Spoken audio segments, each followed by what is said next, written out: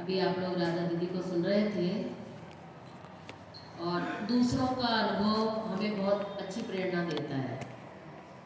कई बार प्रवचन हमें उतना लाभ नहीं पहुंचा पाता जितना किसी का अनुभव हमें प्रेरणा दे पाता है। इसी उद्देश्य से यहाँ पर साधक लोग अपने अनुभव बताते हैं। उससे ये पता लगता है कि अगर ये कर सकते हैं तो हम क्यों नहीं कर सकते। अगर इनके जीवन में परिवर्तन आ सकता है तो हमारे जीवन में क्यों नहीं आ सकता। हर एक व्यक्ति के जीवन में परिवर्तन की पूरी संभावना है और आवश्यकता है समझ की और इच्छा शक्ति की। थोड़ा प्रयोग करने की जरूरत है। 7 दिन करिए, 7 दिन में अगर अच्छा लगे तो घर जाकर करिएगा, नहीं अच्छा लगे तो छोड़ दीजिएगा। यहाँ से जाने के बाद अच्छा लगे, कठिन लगे तो सोचिएगा कि चलो 3 महीने करके देखते हैं, अच्छा लगेगा तो कंटिन्यू करेंगे, वरना 3 महीने बाद छोड़ देंगे। आप देखेंगे कि आप कभी छोड़ ही नहीं पाएंगे। इतना ये अच्छा रास्ता है और ये कोई इलाज नहीं है कि आप हमसे पूछें कि कितने दिन करना है, कितने महीने करना पड़ेगा। अभी तो 1 साल से कर रहे हैं तो अभी और कितना करना पड़ेगा, ऐसा कुछ नहीं है। ये एक जीवन जीने का तरीका है। अब यहाँ पर आप लोग जो खा पी रहे हैं, कोई खाने में कमी है क्या आपको? क्या चीज खाने की इच्छा यहाँ रह जाएगी 7 दिन में? सब मिल रहा है ना खाने को। इतना बढ़िया नाश्ता भी शाम को मिल जाता है, खाना भी बहुत बढ़िया मिल रहा है। मैं तो खा रही हूँ 2 दिन से, बहुत बढ़िया खाना है, बना बनाया इतना बढ़िया मिल रहा है, और क्या चाहिए। तो ऐसे आप लोग इसमें आगे बढ़िए और जरूर आपके जीवन में परिवर्तन होगा। आइए इस सत्र में अब हम लोग बहुत गंभीर विषय पर चर्चा करेंगे, जिस विषय का नाम है ध्यान की साधना। है सभी लोग मानसिक रूप से तैयार हैं?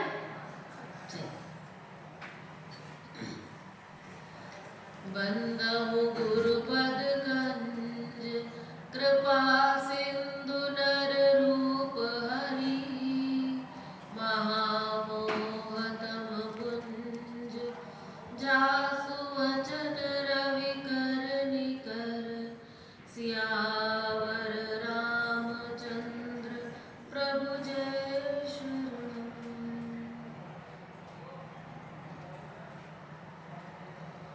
सर्वप्रथम सद्गुरु चरणों में सादर प्रणाम करते हुए आप सभी को मेरा सादर नमन है।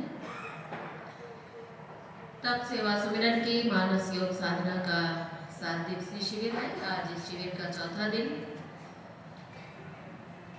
तप और सेवा पर कुछ आप सुन चुके हैं और बाकी 7 दिनों में भी सुनते रहेंगे। ऐसा नहीं है कि कोई भी विषय अभी पूर्ण हो गया है। हर एक विषय पर आपको आगे भी चर्चाएं सुनने को मिलती रहेंगी। इस सत्र में हम लोग थोड़ा सुमिरन की चर्चा करेंगे। रामचरितमानस में सुमिरन शब्द आया है। सुमिरन का मतलब है स्मरण। सीधे सरल शब्दों में अगर कहें तो इसको स्मरण कह सकते हैं। वैसे इसको बोलचाल की भाषा में ध्यान कहते हैं, इंग्लिश में इसको मेडिटेशन कहते हैं। इस विषय पर कुछ भी चर्चा शुरू करने से पहले 1-2 बातें आपसे कहना चाहूँगी। सबसे आवश्यक बात तो यह है कि मैं चाहूँगी कि इस सत्र के बीच में किसी का भी मोबाइल ना बजे तो अच्छा है। तो अगर आप चाहें तो एक बार फिर से चेक कर लीजिए कि आपका मोबाइल साइलेंट पे है या नहीं है। दूसरी बात यह है कि ध्यान की सबसे बड़ी बाधा अगर कोई है तो वो है नींद। तो थोड़ी देर के लिए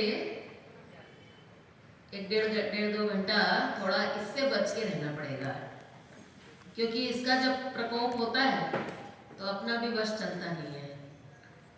तो ध्यान के समय में नींद से थोड़ा बच के रहेंगे तो अच्छा है, और खास तौर से तब जब आप इसके बारे में जानने और समझने के लिए बैठे हैं। और ये बड़ा स्वाभाविक है। ध्यान के विषय में जब हम चर्चा सुनते हैं ना तो नींद आ ही जाती है। क्यों आ जाती है, इस पर विचार किया मैंने कि ये ध्यान के समय ज्यादा नींद क्यों आती है। ध्यान के लेक्चर के समय सबसे ज्यादा आती है, बाकी के लेक्चर में उतनी नहीं आती है। तब ये बात समझ में आई कि ध्यान के लेक्चर में हम जो विषय लेते हैं, ये विषय जो है ये अंदर का विषय है।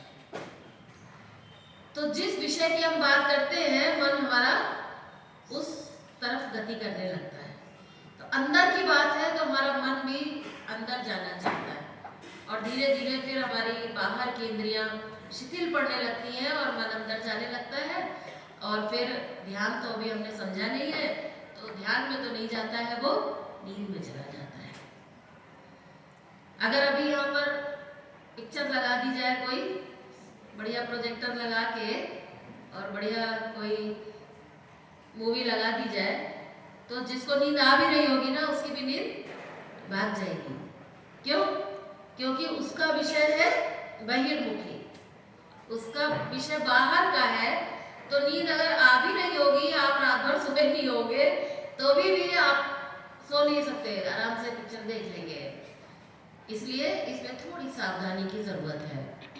कल भी मैंने आपसे कहा था, ज्यादा नींद आए तो आप धीरे से उठकर चाहे 2 घूंट पानी पी लीजिए, थोड़ा मुंह धो लीजिए, तो कम से कम 2-3 मिनट का ही नुकसान होगा। और सबसे बड़ा नुकसान आपका तो जो होगा, मैं जब यहाँ इतने लोगों के आपके संपर्क में हूँ ना, और मेरे सामने अगर कोई सो रहा होता है, तो फिर क्या होता है, अपना माइंड भी थोड़ा सा डाइवर्ट हो जाता है, थोड़ा डिस्टर्ब हो जाता है, बार बार उसी व्यक्ति की ओर ध्यान जाता है जो सो रहा होता है। जबरदस्ती वहां से ध्यान को हटाना पड़ता है कि अगर इधर कोई सो रहा है तो उधर देखने का ही नहीं, ध्यान हटाना पड़ता है। क्या करें? क्योंकि सामने से बोलना भी थोड़ा कठिन पड़ता है ऐसे में। और आपको मैं ये कह दूं कि हम लोग कोई विषय को रट के नहीं आए हैं। आपको अगर ऐसा लग रहा हो कि हम कुछ लेक्चर तैयार करके आए हैं, हम कुछ बहुत पढ़ के आए हैं और वही हम आपको बस यहाँ पर डिलीवर कर देंगे, तो ऐसा नहीं है। मेरा अपना अनुभव है ऐसा कि जब इस मंच पर आकर बैठ जाते हैं, उसके बाद जो कुछ होता है वो हमको भी मालूम नहीं चलता, हमें भी नहीं मालूम चलता है कि आज का लेक्चर कैसा होने वाला है। जब यहाँ पर एक बार बैठ गए, गुरु जी का स्मरण किया, तो वो फिर ऊपर से ही आता है।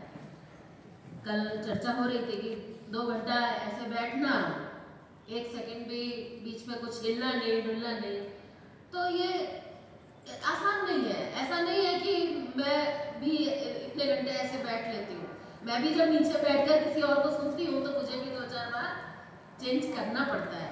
लेकिन जब मैं खुद यहाँ पर बैठती हूँ तो एनर्जी कुछ और होती है।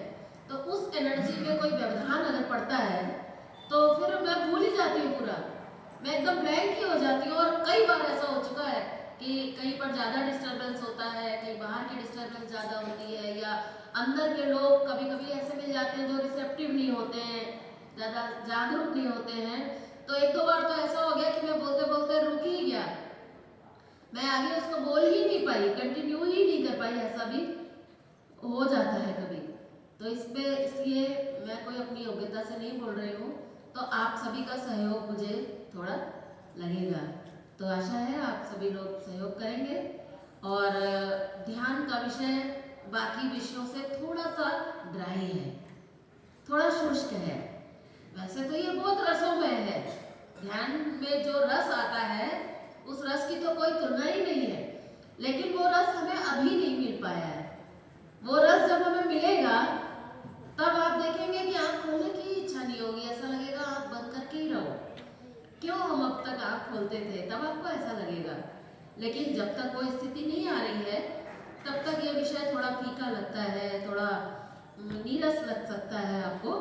इसलिए इसमें थोड़ा सा सावधानी की जरूरत लगेगी। तो आइए इस विषय को थोड़ा शुरू करते हैं। ध्यान का विषय आज के समाज की सबसे बड़ी आवश्यकता है, ऐसा मेरा मानना है। आज ध्यान हम सबके लिए, अगर मैं ये कहूँ तो गलत नहीं होगा, कि ध्यान सीखना और ध्यान करना आज हम सबकी मजबूरी है, क्योंकि इसके बिना अब जीवन में गुजारा करना बहुत कठिन हो चुका है। समय बहुत कठिन चल रहा है, बहुत सही समय नहीं चल रहा है, समय बहुत कठिन चल रहा है। कैसे कठिन चल रहा है कि मुझे याद है कि कुछ साल पहले की ही अगर हम सोचें तो धीरे धीरे तनाव ही जा रहा है। आज बच्चों को, बड़ों को, महिलाओं को, सबको, हर व्यक्ति तनाव में जी रहा है। कंपटीशन इतना ज़्यादा बढ़ चुका है, हमारी कामनाएं इतनी ज़्यादा, हमारी डिमांड्स इतनी ज़्यादा बढ़ चुकी है, सुख सुविधाओं के साधन समाज में इतने ज़्यादा बढ़ चुके हैं कि उसकी वजह से हमारी कामनाएं बहुत आसमान में बढ़ी हुई हैं। कंपटीशन इतना है कि हम अपने घर में दाल रोटी खाकर सुखी है, लेकिन अगर पड़ोसी उससे ज़्यादा खा रहा है तो फिर हमारा दाल रोटी से गुजारा नहीं होगा। हमें याद है, हम लोग जब बच्चे थे तो हमें कोई तनाव नहीं था। किस बात का तनाव? घर में दाल रोटी मिल रही थी, जो रूखा सूखा भी मिल गया तो भी कोई शिकायत नहीं थी, आराम से उसमें ही खुश थे। कोई साधन नहीं थे। मुझे याद है, मैं छोटी थी तो मेरी बहन थी, मुझसे बड़ी, 3 साल की बहन है मेरी, 3 साल बड़ी है, तो उसके जो कपड़े छोटे हो जाते थे वही पहनने को मिलते थे। उसकी स्कूल की यूनिफॉर्म वही मुझे पहनकर स्कूल जाना पड़ता था। उसकी पुरानी किताबें संभाल के रखी जाती थी और उन्हीं किताबों से पढ़ाई करते थे। बैग अगर फट गया है तो उसको मोची से सिलवा लिया जाता था। और सबसे बड़ी बात यह है कि मैंने 10th क्लास में मैं अपने पूरे स्कूल में 2nd पोजीशन पर आई थी। और उस 2nd पोजीशन में मेरी परसेंटेज पूछेंगे अगर आप, तो मैं यूपी बोर्ड से थी, तो मेरी परसेंटेज थी मात्र 68%। और ये मेरे पूरे कॉलेज में 2nd थी। और उस 68% में मेरी मम्मी ने पूरे मोहल्ले में मिठाई बांटी थी। कहने का मेरा मतलब है कि आज अनावश्यक तनाव बढ़ा हुआ है। किस बात का कंपटीशन है? अब मैं 68% पाकर क्या मैं कुछ बन नहीं पाई क्या? बहुत बढ़िया इंजीनियरिंग भी किया और उसके बाद बढ़िया जॉब का भी ऑफर मिला, बहुत बढ़िया कंपनी से मिला, कोई प्रॉब्लम नहीं थी। लेकिन आज एक ऐसा उदाहरण मैं जानती हूँ जहाँ पर एक लड़की ने, यूपी की घटना है, 98% 12th क्लास में लाने पर सुसाइड किया था। मेरी पहचान की लड़की है। 98% 12th क्लास में लाने के बाद उस लड़की ने सुसाइड किया था। और उस सुसाइड नोट एक लिखा था जिसमें उसने लिखा था कि मैं मतलब फर्स्ट रैंक लाना चाहती थी अपने कॉलेज में और मेरी 3rd आई है। उसका 98 था, किसी का 98.2 था, 5 था, ऐसे करके वो 3rd रैंक थी उसकी। उसको ये बात बर्दाश्त नहीं थी कि मुझसे भी ऊपर कोई हो सकता है। केवल यही तो कारण रहा होगा कि मुझसे ऊपर कोई क्यों। अगर उसके 98 थे, अगर दूसरे के 98.5 होंगे, तो आपको ऐसा लगता है क्या कि दोनों के भविष्य में कोई अंतर होगा? क्या आपको ऐसा लगता है कि जो 98.5% वाला बच्चा जो कर सकता है वो 98% वाला नहीं कर सकता? ऐसा है क्या? लेकिन सिर्फ इस बात का ईगो कि मेरे से ऊपर कोई कैसे हो सकता है, अगर ऐसा होगा तो मैं जीना ही नहीं चाहती। आप सोचिए, आप लोग को पता ही नहीं है कि हमारे बच्चे कितने तनाव में हैं। बच्चा 1% नंबर कम लाता है तो माता पिता ही उसके पीछे लग जाते हैं। कैसे तुम्हारा ये कहाँ कम हुआ, कहाँ तुम्हारी गलती हुई, पूरा उसको इतना परेशान मानसिक रूप से हम कर देते हैं कि आपको पता नहीं है बच्चा पढ़ाई में अपना पूरा 100% दे ही नहीं पा रहा है। उसको यही टेंशन है कि हाय मम्मी क्या कहेंगी 1% अगर कम आ गया तो। आज बच्चे जितना सुसाइड नोट लिखते हैं उसमें ज़्यादातर ये लिखते हैं कि सॉरी पापा मैं आपके हिसाब से कुछ बन नहीं पाया। आप सोचिए बच्चों को इतना तनाव है। माता पिता के तनाव की अगर हम बात करें तो आज शिक्षा इतनी महंगी हो गई है, बच्चों को सुविधाएं देना इतना कठिन हो गया है। मैंने कल आपको बताया था मैं तो साइकिल से स्कूल चली जाती थी। आज बच्चे साइकिल से स्कूल जाना पसंद नहीं करते। आज बच्चों को बढ़िया आईफोन चाहिए, बढ़िया मोटरसाइकिल तो हो कम से कम स्कूल जाने के लिए, और बढ़िया गाड़ी होनी चाहिए, सब होना चाहिए। इसलिए पेरेंट्स भी तनाव में है, बच्चों की इच्छाओं को पूरा करना है, उनकी डिमांड्स पूरी करनी है, उन्हें पढ़ाना है, बढ़िया से बढ़िया शिक्षा देनी है, उसके बाद फिर उनका विवाह करना है, तो वो भी तनाव में, उनको भी रात में नींद नहीं आ रही है। इस तरह से अगर इन सारी समस्याओं का आपको समाधान चाहिए तो अगर मैं ये कहूँ तो बिल्कुल भी गलत नहीं होगा कि मेरा ऐसा व्यक्तिगत अनुभव है कि मैं लोगों से कहती हूँ कि ध्यान ही एकमात्र समाधान है। अगर मैं ये कहूँ तो गलत नहीं होगा। ध्यान से मैं ये नहीं कहूँगी कि आपके पास इतना पैसा आ जाएगा कि आप बहुत बढ़िया शिक्षा दे पाए, या ध्यान से आपके पास ऐसा कुछ हो जाएगा कि आपका बैंक बैलेंस बहुत बढ़ जाएगा। ऐसा नहीं है कि जिनके पास करोड़ों है वो परेशान नहीं है, वो भी उतना ही परेशान है, आपको पता नहीं है। आपको ऐसा लग रहा है कि वो तनाव में नहीं है, वो भी अलग तनाव में है। उनके उसके हिसाब से लेवल है। हम अगर 10 लाख में अपने बच्चे की शादी कर सकते हैं तो उन्हें 50 लाख में करनी है, तो उन्हें करोड़ में करनी है। तो हम 10 लाख में अगर तनाव में है तो वो 50 करोड़ में भी तनाव में है। इसलिए इसका कोई लेवल नहीं है। लेकिन ये बात अगर आप ध्यान करना सीख जाएंगे तो आपको समझ में आ जाएगा कि आज के समय में ध्यान ही एकमात्र समाधान है। इस बात को याद रखिएगा। जीवन में जब भी कोई भी समस्या आए, छोटी से लेकर बड़ी से बड़ी, जब भी जीवन में कोई समस्या आए, सारी समस्याओं को थोड़ी देर भूलकर आप ध्यान में बैठे। रामचरितमानस में ऐसे उदाहरण देखने को मिलते हैं। बहुत विस्तार में तो नहीं जाऊंगी, बहुत थोड़ा सा संकेत आपको दूंगी कि श्री रामचरितमानस में कथा आती है। आप में से कुछ लोग जानते होंगे, बहुत लोगों ने तो कल हाथ खड़ा किया था, मालूम नहीं है उनको। लेकिन रामचरितमानस में ऐसी कथा है कि एक बार भगवान शिव के जीवन में बड़ी भारी समस्या आ गई। एक बार उनकी पत्नी पूर्व जन्म में जब सती थी पार्वती से पहले, तो उन्होंने एक बार राम जी की परीक्षा लेने के लिए सती की जगह क्या किया था, सीता जी का वेश धारण कर लिया था राम जी की परीक्षा लेने के लिए। और तब शिव जी ने ये निर्णय किया कि मेरी माँ का रूप मेरी पत्नी ने रख लिया, तो अब इस शरीर से मैं अपनी पत्नी को पत्नी के रूप में नहीं रख सकता, क्योंकि उन्होंने मेरी माँ का, मेरी गुरु की पत्नी का रूप धारण किया है। इसलिए अब तो इनका त्याग ही करना पड़ेगा। जानते हैं कथा कि नहीं जानते? कुछ लोग तो जानते होंगे ना। और तब उनके सामने एक समस्या खड़ी हो गई कि वो अपनी पत्नी से इतना प्रेम करते थे कि उनका त्याग करना बहुत मुश्किल था। आसान तो नहीं होगा ना, डाइवोर्स देना आसान तो नहीं है ना। अंदर से उनको ये लगा कि करना तो पड़ेगा, लेकिन प्रेम इतना था, आसक्ति थी। प्रेम तो क्या था, उसको आसक्ति कहते हैं। जो छोड़ ना सके उसको आसक्ति कहते हैं। प्रेम जो है वो हमेशा त्याग कर सकता है, लेकिन आसक्ति त्याग नहीं कर सकती। तो बड़ा कठिन हो गया उनके लिए कि क्या करें। तब समस्या का समाधान पाने के लिए शिव जी ध्यान में बैठ गए। और जब वो ध्यान में बैठे तो मैंने कल कहा था ना, अंदर से क्लिक होगा। तब शिव जी को अंदर से प्रेरणा प्राप्त हुई, और वो प्रेरणा ये प्राप्त हुई कि सती का परित्याग करना है। जानते तो वो पहले भी थे, ये बात तो वो पहले ध्यान में बैठने से पहले भी उन्हें पता था, लेकिन कर नहीं पा रहे थे, हो नहीं पा रहा था।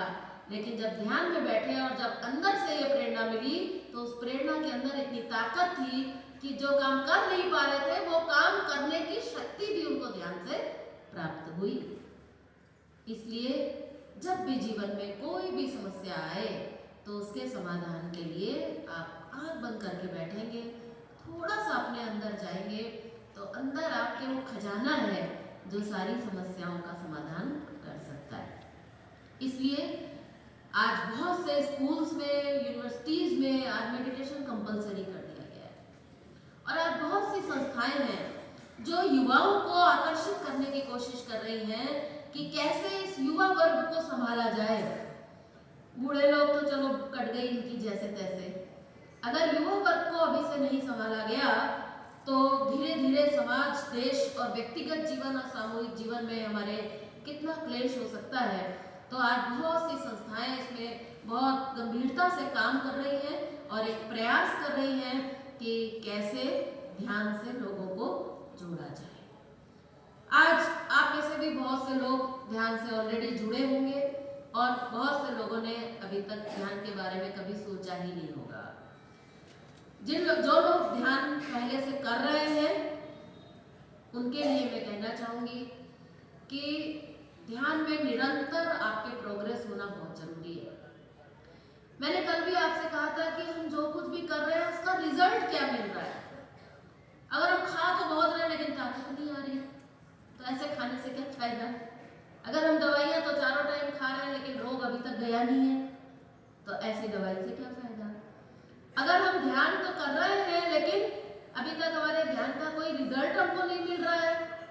हमें ध्यान से क्या फायदा। तो आइए, विषय आ गया है तो ध्यान सीखने से पहले ध्यान करने के बाद क्या रिजल्ट मिल रहा है, चलो वही देख लेते हैं। क्योंकि कुछ मिले तब तो किया जाए। इंसान कहता है ना भाई क्या मिलेगा, ध्यान करेंगे तो क्या मिलेगा। आंख बंद करके क्या ही मिल सकता है किसी को। बाहर से तो बहुत कुछ मिल सकता है, कुछ खाओ, कुछ घूमो, कुछ पहनो, कुछ करो, लेकिन कुछ नहीं कर रहे हैं, आंख बंद करके बैठे हैं, तो उससे क्या मिल सकता है। तो आइए चलिए, फिर बात चल गई है तो पहले हम यही चर्चा कर लेते हैं कि ध्यान से हमें क्या मिलने वाला है। ध्यान का केवल प्रमुख जो काम है वो है कि ध्यान हमारे अहंकार को खत्म करता है, कम करता है, समाप्त करता है। तो ध्यान का सबसे बड़ा जो फायदा है कि ध्यान से हमारा ईगो कम होता है। ईगो तो समझते हैं ना, सबके पास है ना भरपूर है।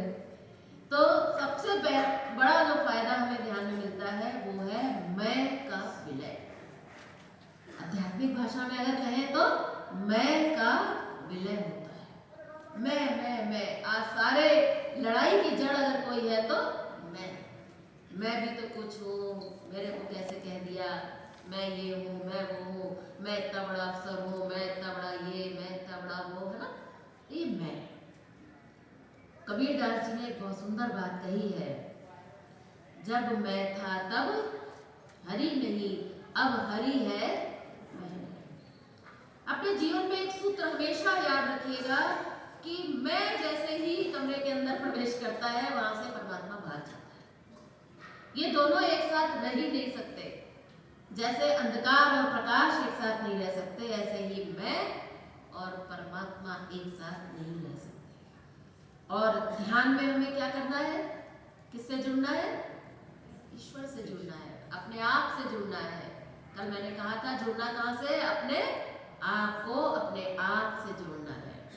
और स्व ही मनुष्य की सच्चाई है। स्व तत्व जो हमारे भीतर है वो परमात्मा जो हमारे भीतर है, जो आत्मा के रूप में हम सबके भीतर विराजमान है, वही स्वास्थ्य का, वही शक्ति का, वही आनंद का, वही ज्ञान का, वही प्रेम का भंडार है। मैं से ढका हुआ है। कल मैंने आपको बताया था आनंद ढका हुआ है, किससे, कामनाओं से, कल बताया था ना। ऐसे ही जो ईश्वरीय ज्ञान है, जो ईश्वरीय खजाना है, वो ढका हुआ है किस चीज से, हमारे मैं से, हमारे अहंकार से ढका है। और ध्यान जब हम करते हैं तो ये हमारा मैं हटता है और ज्ञान प्रकट होता है। इसलिए ध्यान का सबसे पहला फायदा है मैं का विलय, ईगो का नाश। अब ये जो ईगो है, जब इसका नाश होता है तो हमको अपने व्यवहारिक जीवन में इसका फर्क दिखाई देता है। और वो सबसे पहला फर्क दिखाई देता है कि हमारा क्रोध कम होने लगता है, गुस्सा। अभी राधा जी बता रही थी ना, बहुत गुस्सा आता था, बहुत बुरा लगता था। क्यों लगता था, क्योंकि मैं, जब आप ध्यान करेंगे आपका ईगो कम होगा तो उसका रिजल्ट दिखाई देगा कि आपका गुस्सा कम होगा, आपको बुरा लगना कम होगा। अभी हमको ऐसा लगता है कि हमारे गुस्से का कारण सामने वाले का व्यवहार है, लेकिन ऐसा नहीं है। सामने वाले का व्यवहार कभी भी गुस्से का कारण हो ही नहीं सकता। व्यवहार तो महात्मा बुद्ध के साथ भी लोगों ने बहुत टेढ़ा मेढ़ा किया, भगवान राम के साथ भी कैकेयी ने कोई अच्छा व्यवहार तो नहीं किया। व्यवहार तो सामने वाले के ऊपर है ना कि वो क्या करेगा क्या नहीं करेगा, लेकिन हमें गुस्सा आएगा कि नहीं, ये अधिकार हमने किसी और को नहीं दिया है, इसका अधिकार हमारे पास होना चाहिए। कभी भी गुस्से का कारण सामने वाले का व्यवहार नहीं है, बल्कि उसके व्यवहार से हमारे ईगो को जो चोट लगती है वो है गुस्से का कारण। किसी को चोट कम लगती है, किसी को ज्यादा लगती है। किसी का ईगो कम रहता है और किसी का ईगो ज्यादा रहता है। किसी को हमने देखा है कि बस किसी ने मुंह से कुछ कहा नहीं कि बस सामने वाला एकदम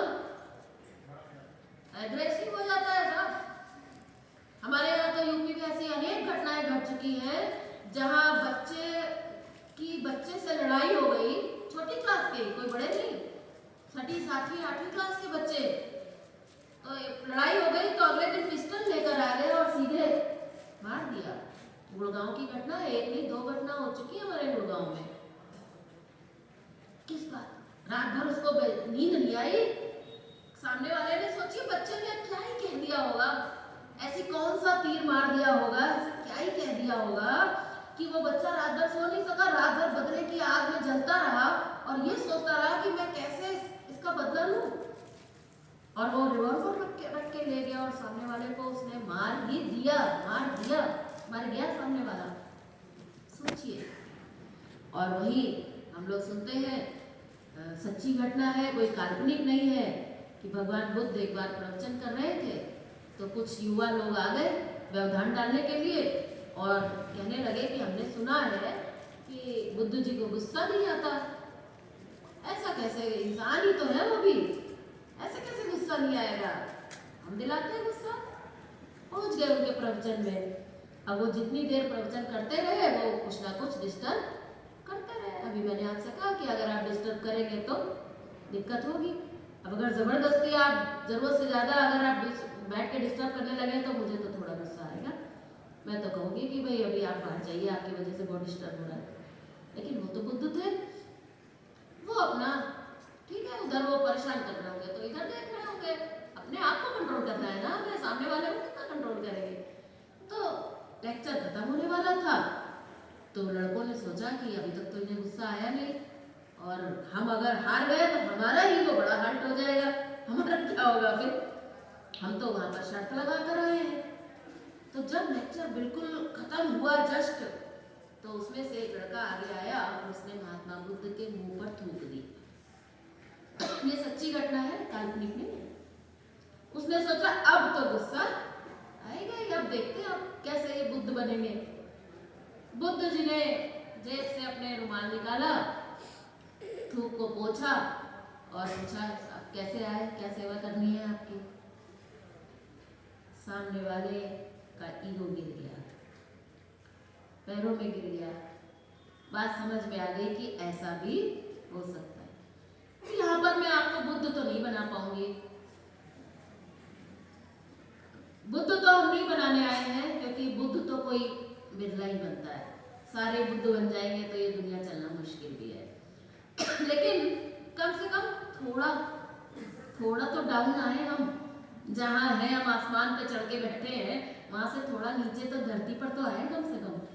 तो आप ध्यान करेंगे तो आपका गुस्सा कम होगा, आपको बुरा लगना कम होगा। गुस्सा होता है जो हम बाहर एक्सप्रेस करते हैं और बुरा लगता है हमें अंदर ही अंदर। हम ऊपर से मुस्कुरा रहे होते हैं क्योंकि सामने वाले को गुस्सा शो करने का हमें अधिकार प्राप्त नहीं है, लेकिन अंदर ही अंदर में बुरा बहुत लग रहा होता है, तो ये बुरा लगना हमारा कम हो जाता है।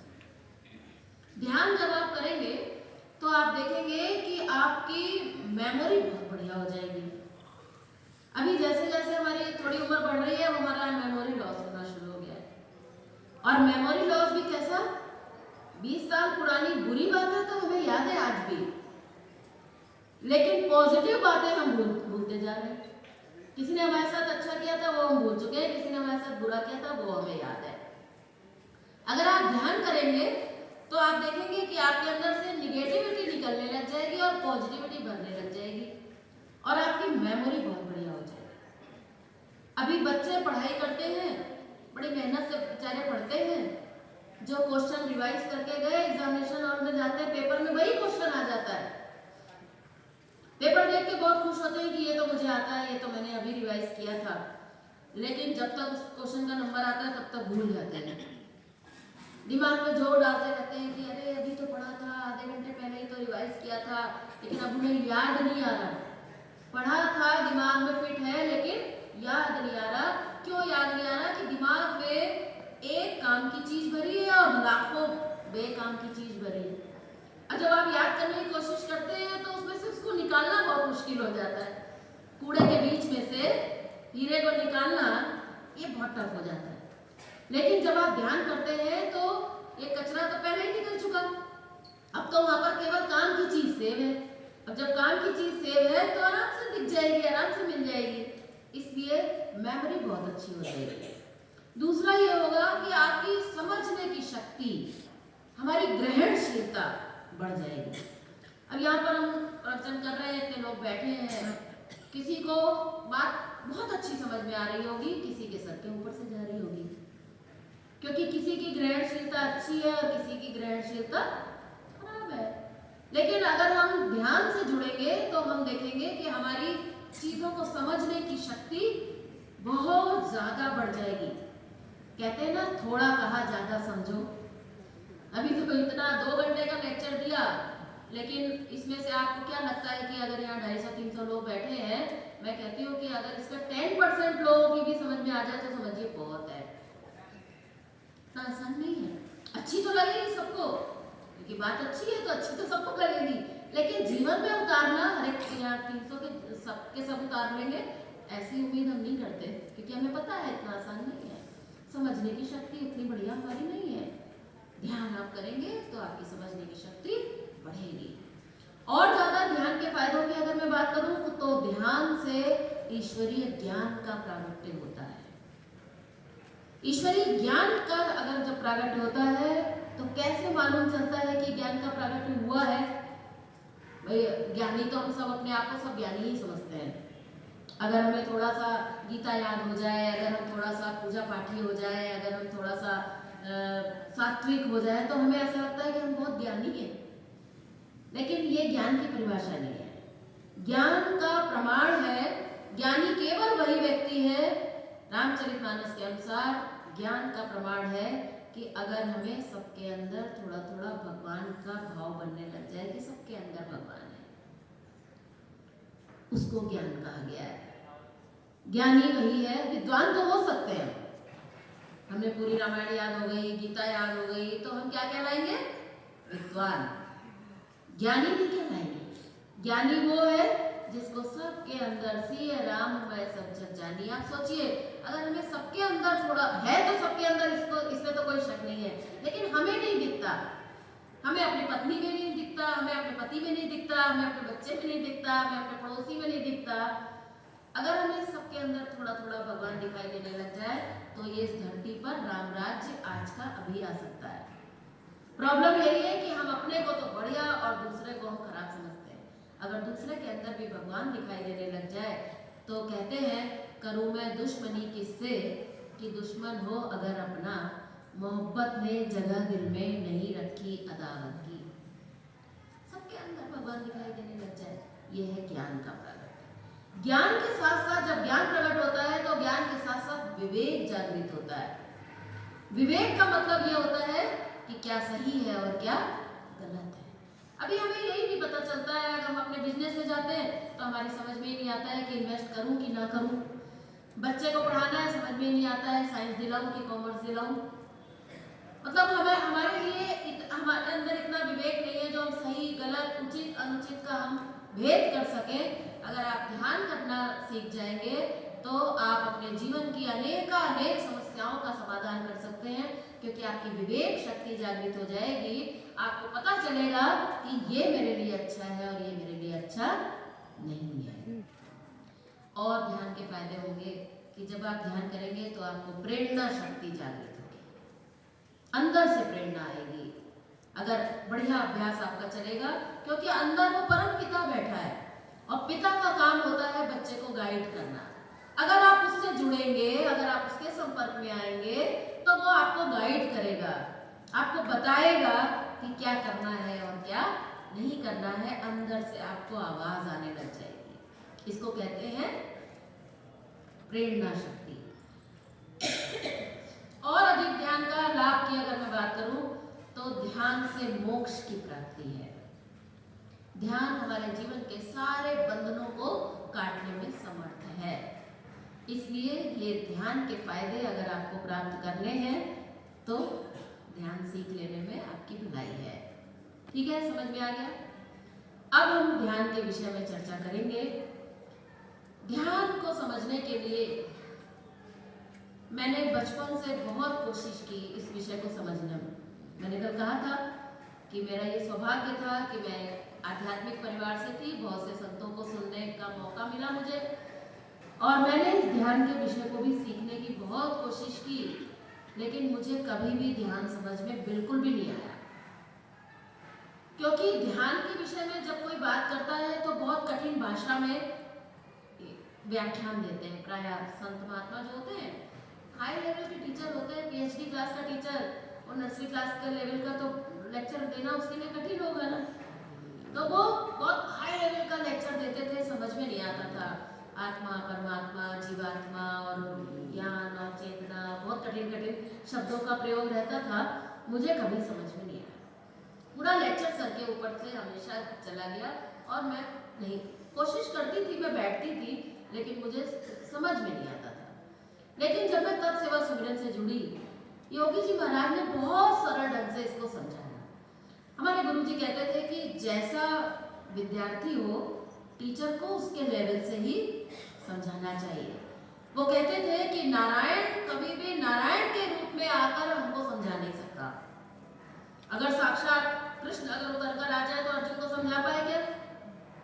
नहीं समझा पाए ना। विराट रूप का दर्शन कराया तो अर्जुन को कुछ फायदा नहीं हुआ उससे।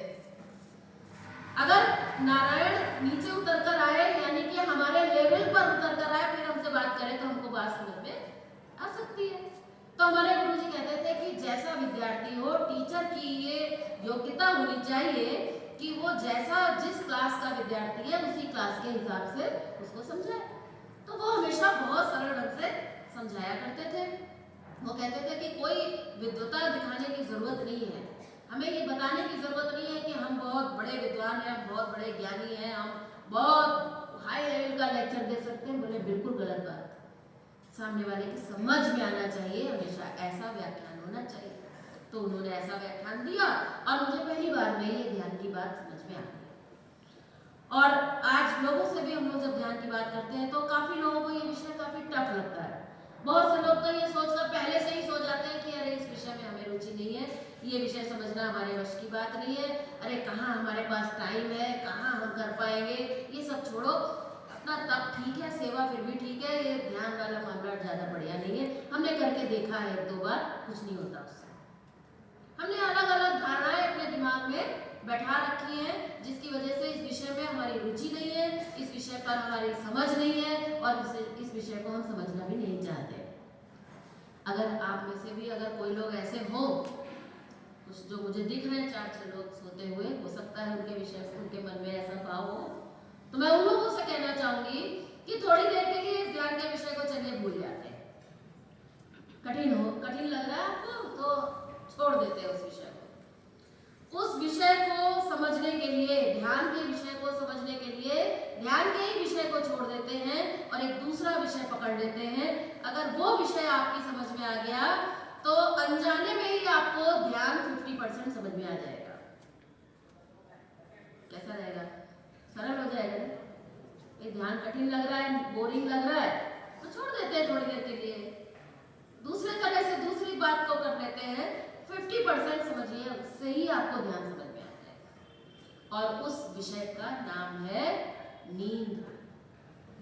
आपके मनपसंद विषय है ना, बढ़िया विषय। चलिए इस विषय पर हम लोग थोड़ी चर्चा कर लेते हैं। नींद और ध्यान की जब हम बात करते हैं तो नींद और ध्यान का आपस में काफी गहरा संबंध है। अगर नींद को हमने सही ढंग से समझ लिया और अगर हमें सही ढंग से नींद आने लगी तो समझ लीजिए कि 50% ध्यान हो गया।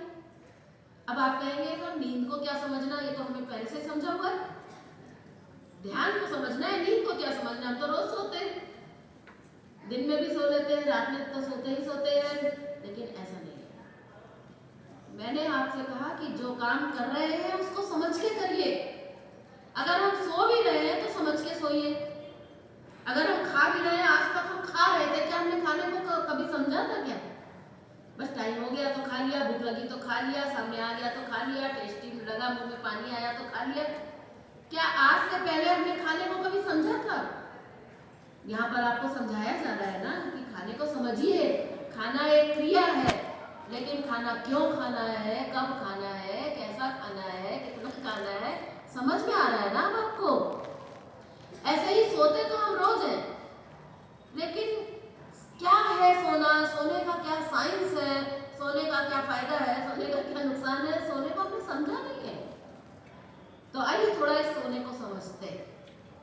हम सब सोते हैं, सोने का एक तरीका होता है। क्या तरीका होता है कि कहते हैं कि भाई थोड़ा रिलैक्स हो जाओ, थोड़ा आरामदायक कपड़े पहन लो, थोड़ा बिस्तर साफ सुथरा कर लो, थोड़ा रोशनी कम कर लो, थोड़ा रिलैक्स हो जाओ, थोड़ा मुंह धो लो, हाथ पैर धो लो, ऐसा कहते हैं। तो ये सब करने के बाद आराम से जाकर बिस्तर पर लेट जाओ। बिस्तर भी अच्छा हो, आरामदायक हो, गर्मी है तो ठंडी हवा का इंतजाम हो, सर्दी है तो गर्म हवा का इंतजाम हो। जितना कुछ हम कर सकते हैं बढ़िया नींद के लिए, वो सब हमको करने के लिए कहा जाता है। और वो सब करके हम बिस्तर पर लेट जाते हैं, यही तो करते हैं। करने के बाद हम थोड़ा सोने की कोशिश करते हैं, थोड़ी देर मोबाइल करते हैं, उसके बाद फिर सोने की कोशिश करते हैं। हाँ, ये मोबाइल जो है ये बहुत बड़ी गंभीर समस्या है। इसका रोग का इलाज भी हमें भी नहीं मिल पाया है कि उस रोग से कैसे मुक्ति दिलाई जाए। मेरा सभी लोगों से सच में ये निवेदन है कि रात को सोने से कम आधे घंटे पहले मोबाइल रख देना चाहिए। आपको देखना है तो आप देख लीजिए पहले, उसके बाद आप आधे घंटे थोड़ा रिलैक्स हो लीजिए, थोड़ी देर आँख बंद करके बैठ लीजिए, उसके बाद सोइए। अगर लास्ट मोमेंट तक हमने मोबाइल किया और मोबाइल रखा और हम सोचे कि हमें बढ़िया नींद आ जाए, अच्छी नींद आ जाए, बहुत मुश्किल है। और ये नींद की समस्या आजकल बहुत तेजी से बढ़ रही है, बहुत ही तेजी से बढ़ रही है। बच्चों को देखिए तो बच्चे 2:30 बजे तक रात को सोते नहीं हैं। और अब तो ये रोग बच्चों से, युवाओं से निकलकर बूढ़ों तक भी पहुंच गया है। बूढ़ों को भी आप देखिए तो वो भी लगे ही रहते हैं। इसलिए खैर अभी इस विषय पर हम नहीं जा रहे हैं। मोबाइल को बंद करके आधे घंटे पहले लेट जाइए। लेटने के बाद थोड़ी थोड़ी आपको नींद आनी शुरू होगी। जब हल्की हल्की नींद आनी शुरू होती है तो ये वास्तविक नींद नहीं कहलाती है, ये नींद की अवस्था नहीं है, इसको हम स्वप्न अवस्था कहते हैं। हल्की हल्की सी जैसे नींद आती है तो तरह तरह के हमें सपने आने लगते हैं। ये जो सपने आ रहे हैं ये बहुत महत्वपूर्ण है, इनका आना बहुत जरूरी है, क्योंकि ये स्वप्न अवस्था ऐसी ईश्वर ने बनाई है कि इस अवस्था में हमारे अंदर जो दुनिया भर के विचार भरे होते हैं, तरह तरह के जो दिन भर हम इकट्ठे करते हैं अपने अंदर, इनकी सफाई होती है।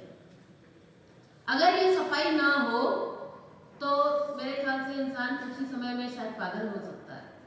तो ये एक सफाई अभियान है जो परमात्मा ने एक नेचुरल तरीके से बनाया हुआ है, जो स्वप्न के रूप में हमारे अंदर से निकलकर साफ करता है।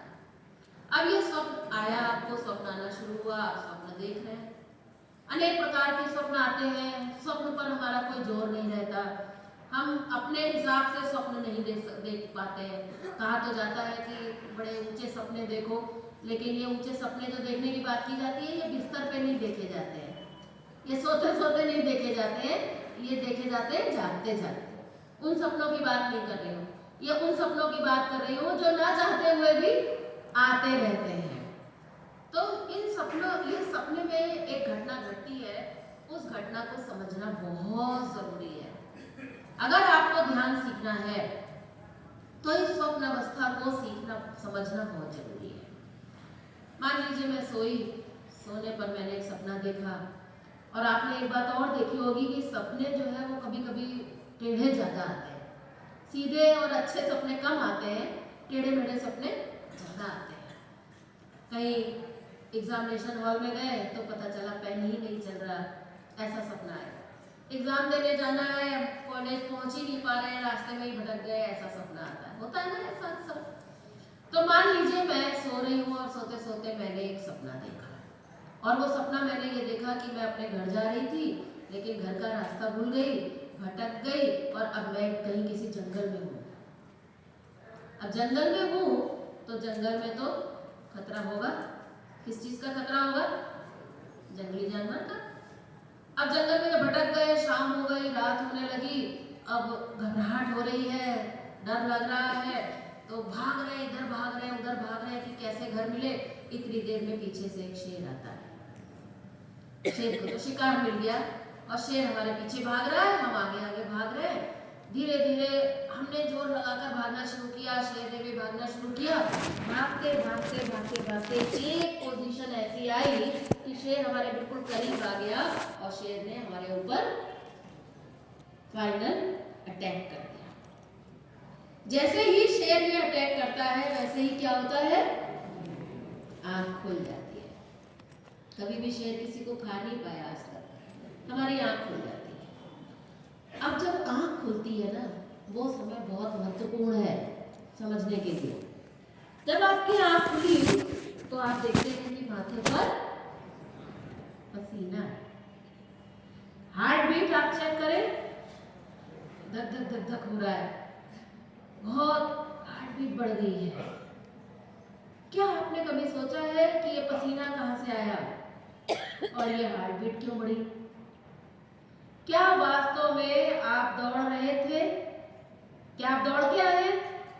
आप तो एक कदम भी नहीं चले हैं। आप तो जहां जैसे आराम से चादर ओढ़कर लेटे थे, आप वैसे ही पड़े हैं। एक कदम भी आप नहीं चले हैं और पसीना जो है ये बिना दौड़े आता नहीं है। हार्ट बीट जो है ये बिना दौड़े तो नहीं बढ़ेगी।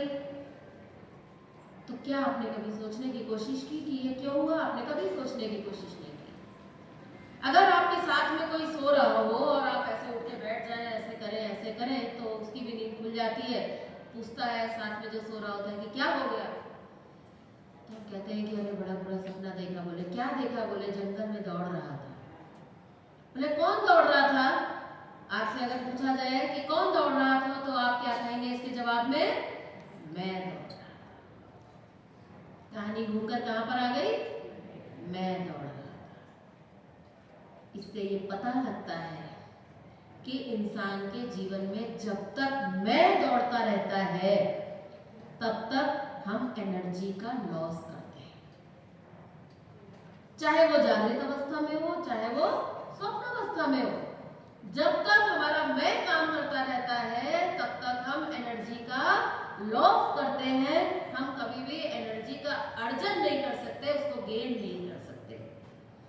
और पहली बात मैं आपको बता ही चुकी हूं कि जब तक मैं है तब तक हम उस परमात्मा से दूर हैं।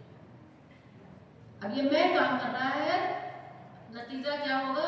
अगर आप रात भर सपने ही देखते रहे, आपको बढ़िया नींद आए तो आप सवेरे सोकर उठेंगे। आप अगर 8 घंटे 10 घंटे भी अगर आप बिस्तर पर पड़े रहे और यही सपने अगर आप देखते रहे तो सवेरे उठेंगे तो आपको जरा भी एनर्जी नहीं लगेगी। आप अगले दिन अपना काम सही ढंग से नहीं कर पाएंगे। खैर, ये एक घटना थी जो मैंने आपको बताई। उसके बाद फिर आप उठते हैं, थोड़ा पानी पीते हैं, थोड़ा मुंह धोते हैं या वॉशरूम जाते हैं, जो भी थोड़ा बहुत लगता है आपको वो आप करते हैं। फिर वापस आकर आप लेट जाते हैं, फिर सोते हैं। थोड़ी देर बाद कुछ इधर उधर होता है, थोड़ी देर बाद फिर अब आपको गहरी नींद आ जाती है। पहले कौन सी नींद थी? स्वप्न अवस्था।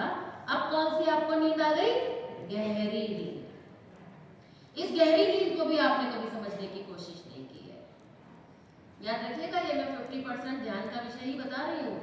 दिमाग में कहीं ना कहीं रखिएगा कि ये ध्यान का ही विषय है। केवल उस विषय को सरल करने के लिए मैं इस तरफ से आपको समझाने की कोशिश कर रही हूँ।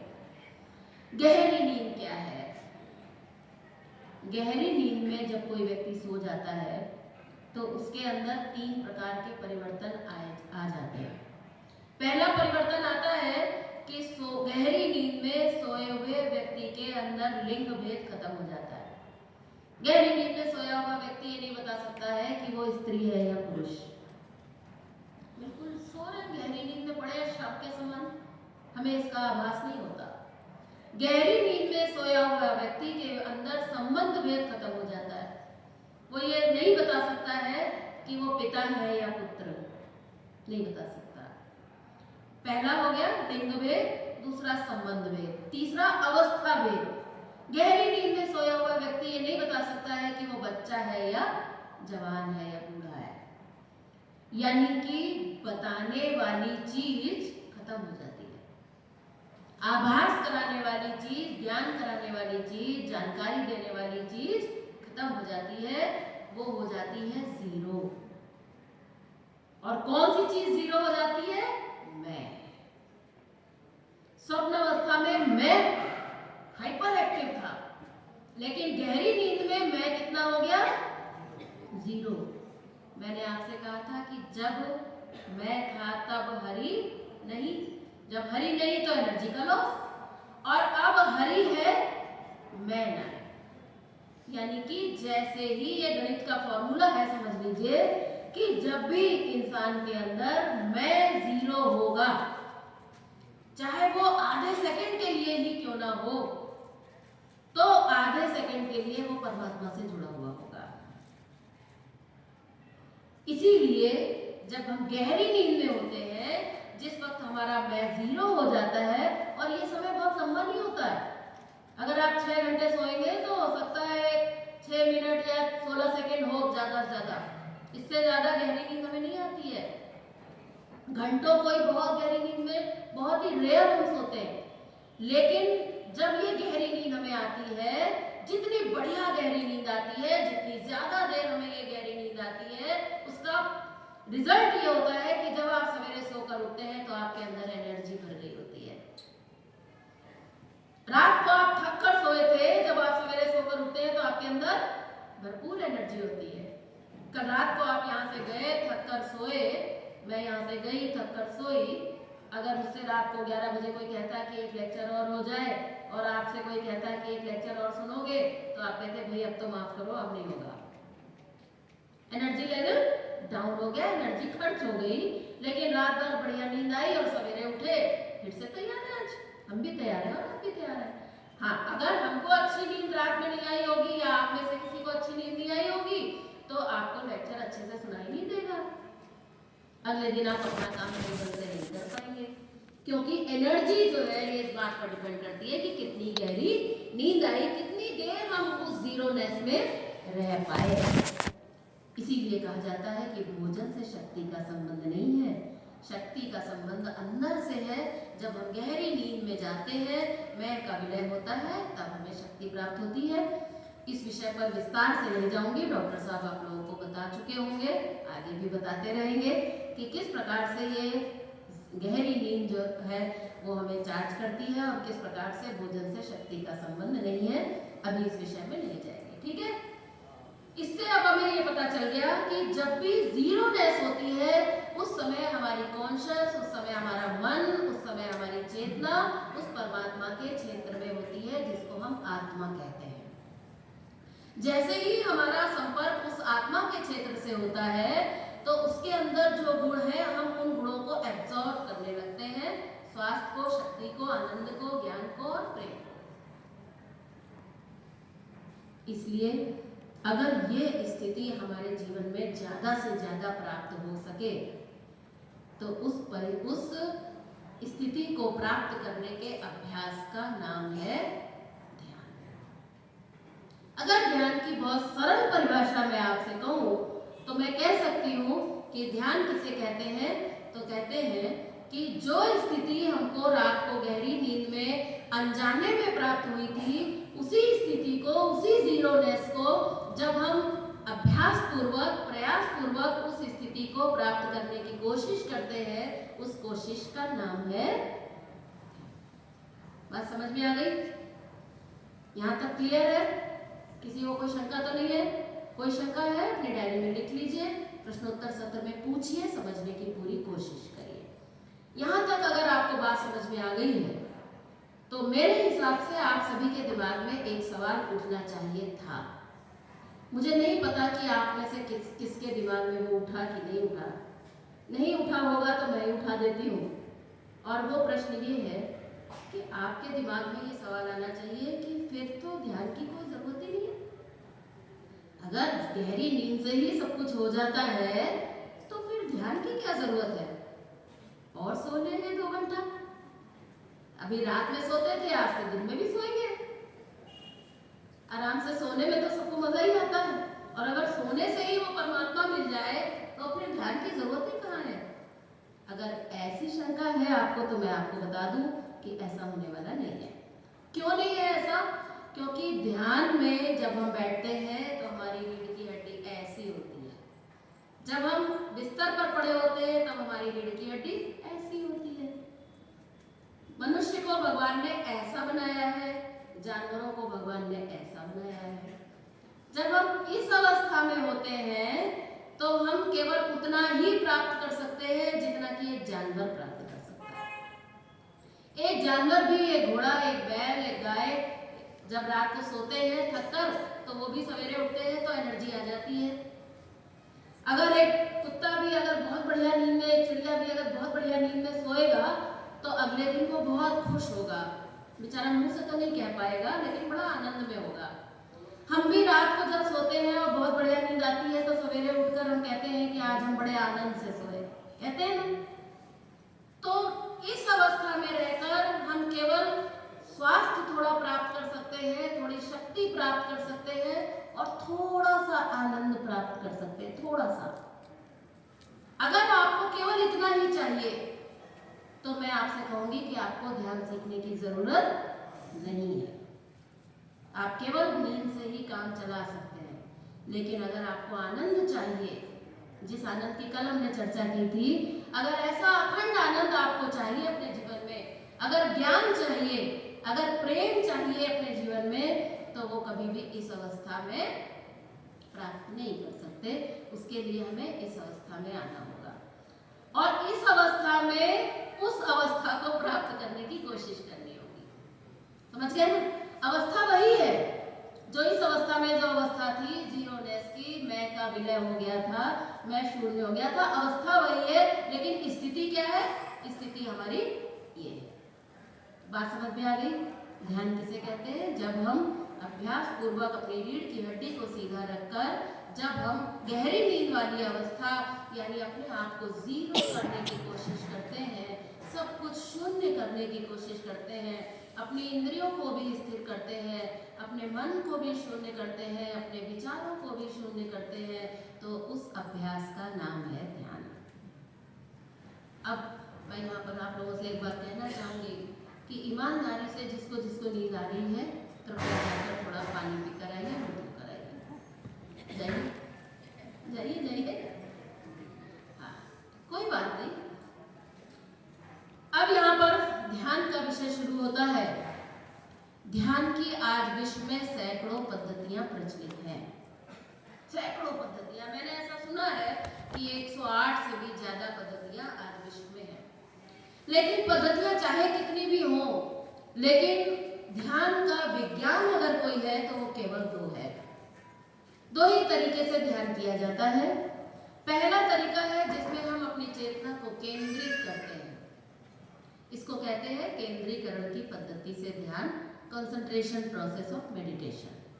आप में से हो सकता है कुछ लोग करते हो, बैठ जाते हैं कहीं पर, कोई एक लक्ष्य बिंदु होता है, उस बिंदु पर हम चेतना को केंद्रित करते हैं। कोई कहता है नासिका के अग्रभाग पर आंख बंद करके ध्यान करो, कोई कहता है आईब्रोज के बीच में ध्यान करो, कोई कहता है सहस्त्रार चक्र में ध्यान करो, कोई कहता है अपने हृदय स्तर पर ध्यान करो, कोई कहता है गुरु के चरणों पर ध्यान करो, है ना। ऐसे अनेक बिंदु के हिसाब से अनेक ध्यान की पद्धतियां हैं, अनेक स्कूल ऑफ थॉट्स हैं जो हमें कंसंट्रेशन प्रोसेस से ध्यान सिखाते हैं। एक और दूसरी पद्धति है जो पद्धति के हमें बिल्कुल भी कंसंट्रेट करने को नहीं कहती है, उस पद्धति का नाम है शिथिलीकरण की पद्धति।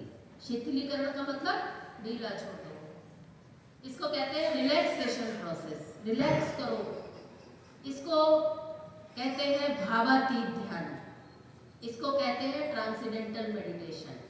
ये सारे इसी पद्धति के अनेक नाम हैं जिसको अलग अलग नामों से लोग जानते हैं। आज हम पहली पद्धति की चर्चा नहीं करेंगे, दूसरी पद्धति की चर्चा करेंगे जिसको हम कहते हैं रिलैक्सेशन प्रोसेस। यहाँ पर आज आए हुए आपको 3 दिन हो गए हैं। ये इसी पद्धति से फिलहाल आपको ध्यान करने का निर्देश दिया गया है कि ना कुछ करना है और ना करने की सोचना है, जो हो रहा है उसे होने देना है। क्या है ये ध्यान, कैसे इसको किया जाता है, क्या है इसका साइंस और ये किस प्रकार से काम करता है, आज हम इस विषय पर अब चर्चा करने वाले हैं। आप कहेंगे कि कंसंट्रेशन प्रोसेस क्यों नहीं करना है, क्यों आप दूसरा वाला प्रोसेस क्यों बताना चाहते हैं? तो मैं आपको बता दूं कि पहला वाला जो प्रोसेस है ये थोड़ा कठिन है। देखिए, बच्चा है जिसके पास, उसको लेकर कृपया बाहर चले जाएं, क्योंकि आप भी नहीं सुन पाएंगे, दूसरा भी नहीं सुन पाएगा। ठीक है, जिसके पास भी छोटा बच्चा है कृपया उसको लेकर बाहर जाइए, पूरी सभा डिस्टर्ब होती है। तो ये जो कंसंट्रेशन प्रोसेस है ये हर एक व्यक्ति के बस की बात नहीं है। भगवान कृष्ण ने गीता में अर्जुन को जब ध्यान सिखाया तो उन्होंने इसी पद्धति से सिखाया। वो इसलिए सिखाया क्योंकि अर्जुन जो था उसके अंदर जो सबसे बड़ा गुण था वो क्या था कि अर्जुन का माइंड जो था वो एकाग्रता वाला माइंड था। धनुष चलाने में था ना माहिर, धनुर्धर था। धनुष चलाने के लिए केवल एक ही चीज चाहिए और वो चाहिए कंसंट्रेशन।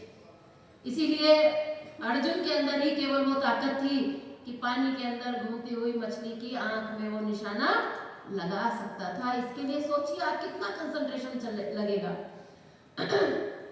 क्या हमारे पास उतना नहीं तो क्या उसका आधा भी कंसंट्रेशन है क्या हमारे पास? नहीं है।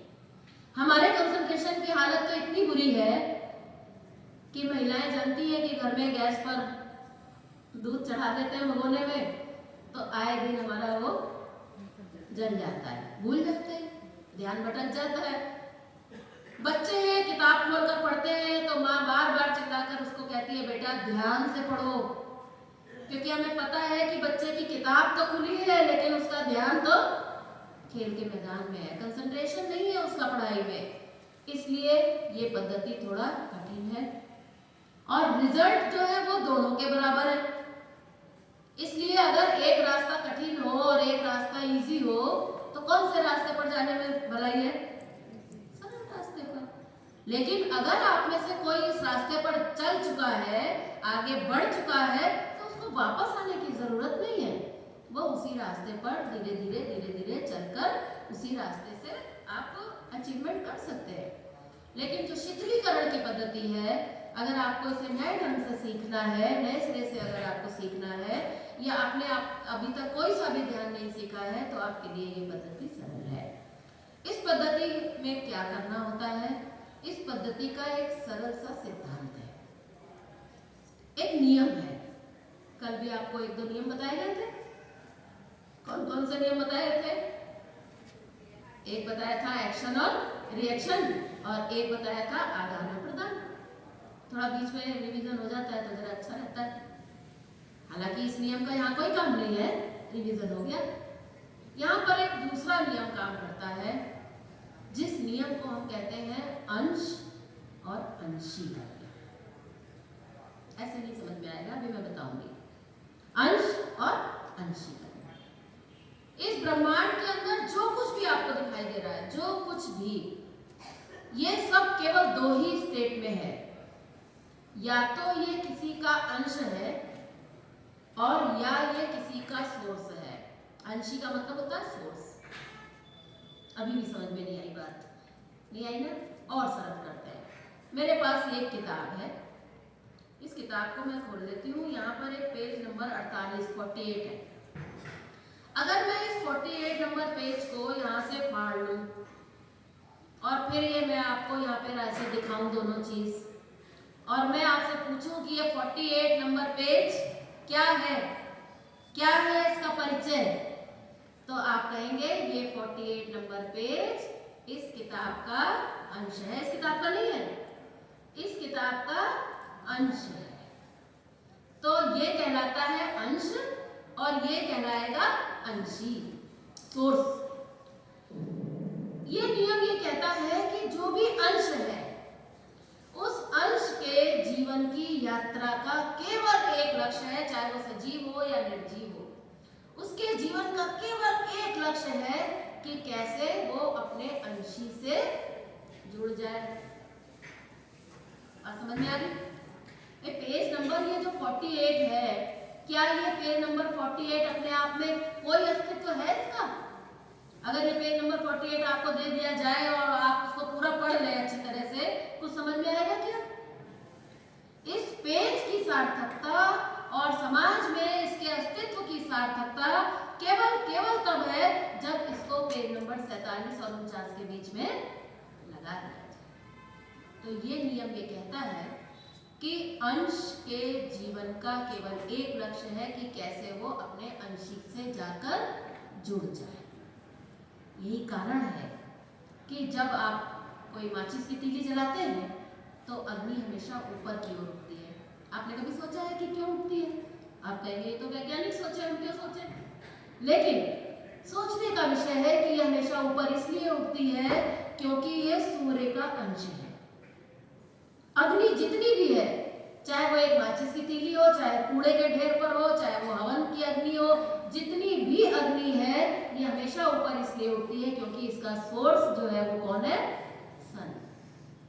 पानी हमेशा नीचे इसलिए जाता है क्योंकि पानी का सोर्स समुद्र है और समुद्र की स्थिति नीचे है। ऐसे ही हमारा जो मन है, अपने विषय पर अगर हम आए तो हमारा जो मन है, उस मन के जीवन की सार्थकता केवल इसी में है कि वो अपने परमात्मा में समाहित हो जाए। जीवन का, मन का केवल एक ही लक्ष्य है कि वो कैसे अपने आप से उस परमात्मा के साथ जाकर जुड़ जाए। जिस दिन वो उससे जाकर जुड़ जाएगा, उस दिन उसके जीवन की यात्रा सार्थक हो जाएगी, पूर्ण हो जाएगी। इसीलिए ध्यान में इस गुण का प्रयोग करते हुए हम ध्यान में बैठते हैं, धीरे से अपनी सारी इंद्रियों के रास्तों को बंद कर देते हैं। अंदर जाना है ना, जीरो करना है। जीरो करने के लिए क्या करना पड़ेगा? धीरे धीरे माइनस माइनस करना पड़ेगा ना, घटाना पड़ेगा। तो धीरे धीरे हम अपने आप को घटाते हैं। घटाते घटाते क्या होता है? हमने अपनी इंद्रियों को बंद कर लिया, आंखों को बंद कर लिया ध्यान करने के लिए, आंख खोलकर ध्यान नहीं करना है।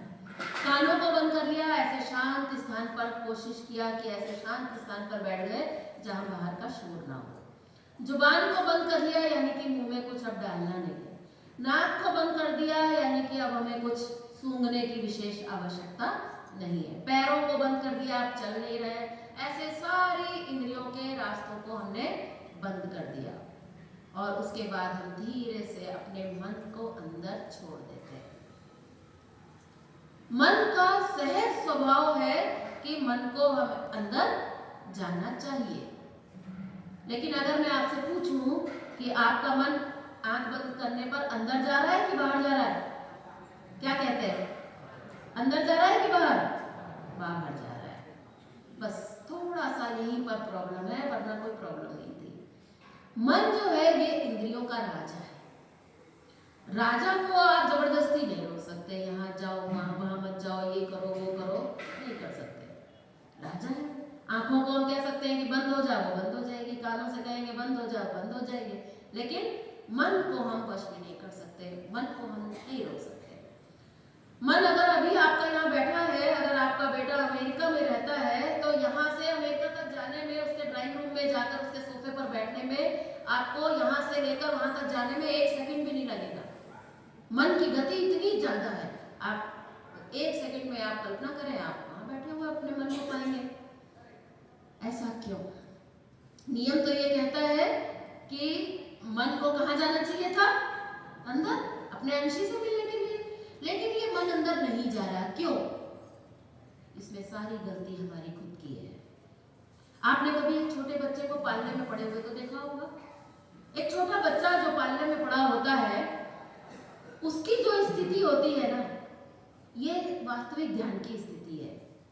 वो बच्चा मस्त होता है, अपने आप में होता है, स्व में स्थित होता है, अपनी मर्जी से हंसता है, अपनी मर्जी से रोता है, अपनी मर्जी से आंख खोलता है, अपनी मर्जी से आंख बंद करता है। ठीक है? हमें वो बच्चा पसंद नहीं आता। हम कहते हैं कि ये बच्चा हमारी मर्जी से हंसना चाहिए, ये बच्चा हमारे रुलाने से रोना चाहिए। तो हम क्या करते हैं? उस बच्चे की सहज स्थिति में जाकर बाधा डाल देते हैं। वो अपनी मौज में है, लेकिन हम उसके माध्यम से मौज लेना चाहते हैं।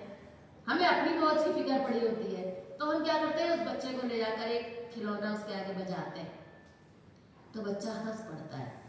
यानी कि वो अंदर था उसका मन तुरंत निकल के बाहर आ जाता है और उस झुंझुने को देखकर, उसको सुनकर उसके आंख और कान अंदर से बाहर आ जाते हैं और वो बच्चा हंसने लगता है। जब वो बच्चा हंसता है तो हमें बड़ा सुख मिलता है, हम बड़े खुश होते हैं। धीरे धीरे धीरे धीरे वो बच्चा बाहर आना शुरू हो जाता है। अब उसको खिलौने चाहिए, गाड़ियाँ चाहिए, सब धीरे धीरे अब वो अंदर जाना भूल जाता है और अब वो निरंतर बाहर रहना शुरू कर देता है। ऐसे ही आज हमारा मन, हमने इस मन को बचपन से गलत दिशा दे दी। जब से हमने होश संभाला, हमारे मन ने जब भी अंदर जाने की कोशिश की, हमने कहा अरे चलो थोड़ा घूम के आते हैं, अरे चलो कुछ खाएंगे, थोड़ा टीवी देखेंगे।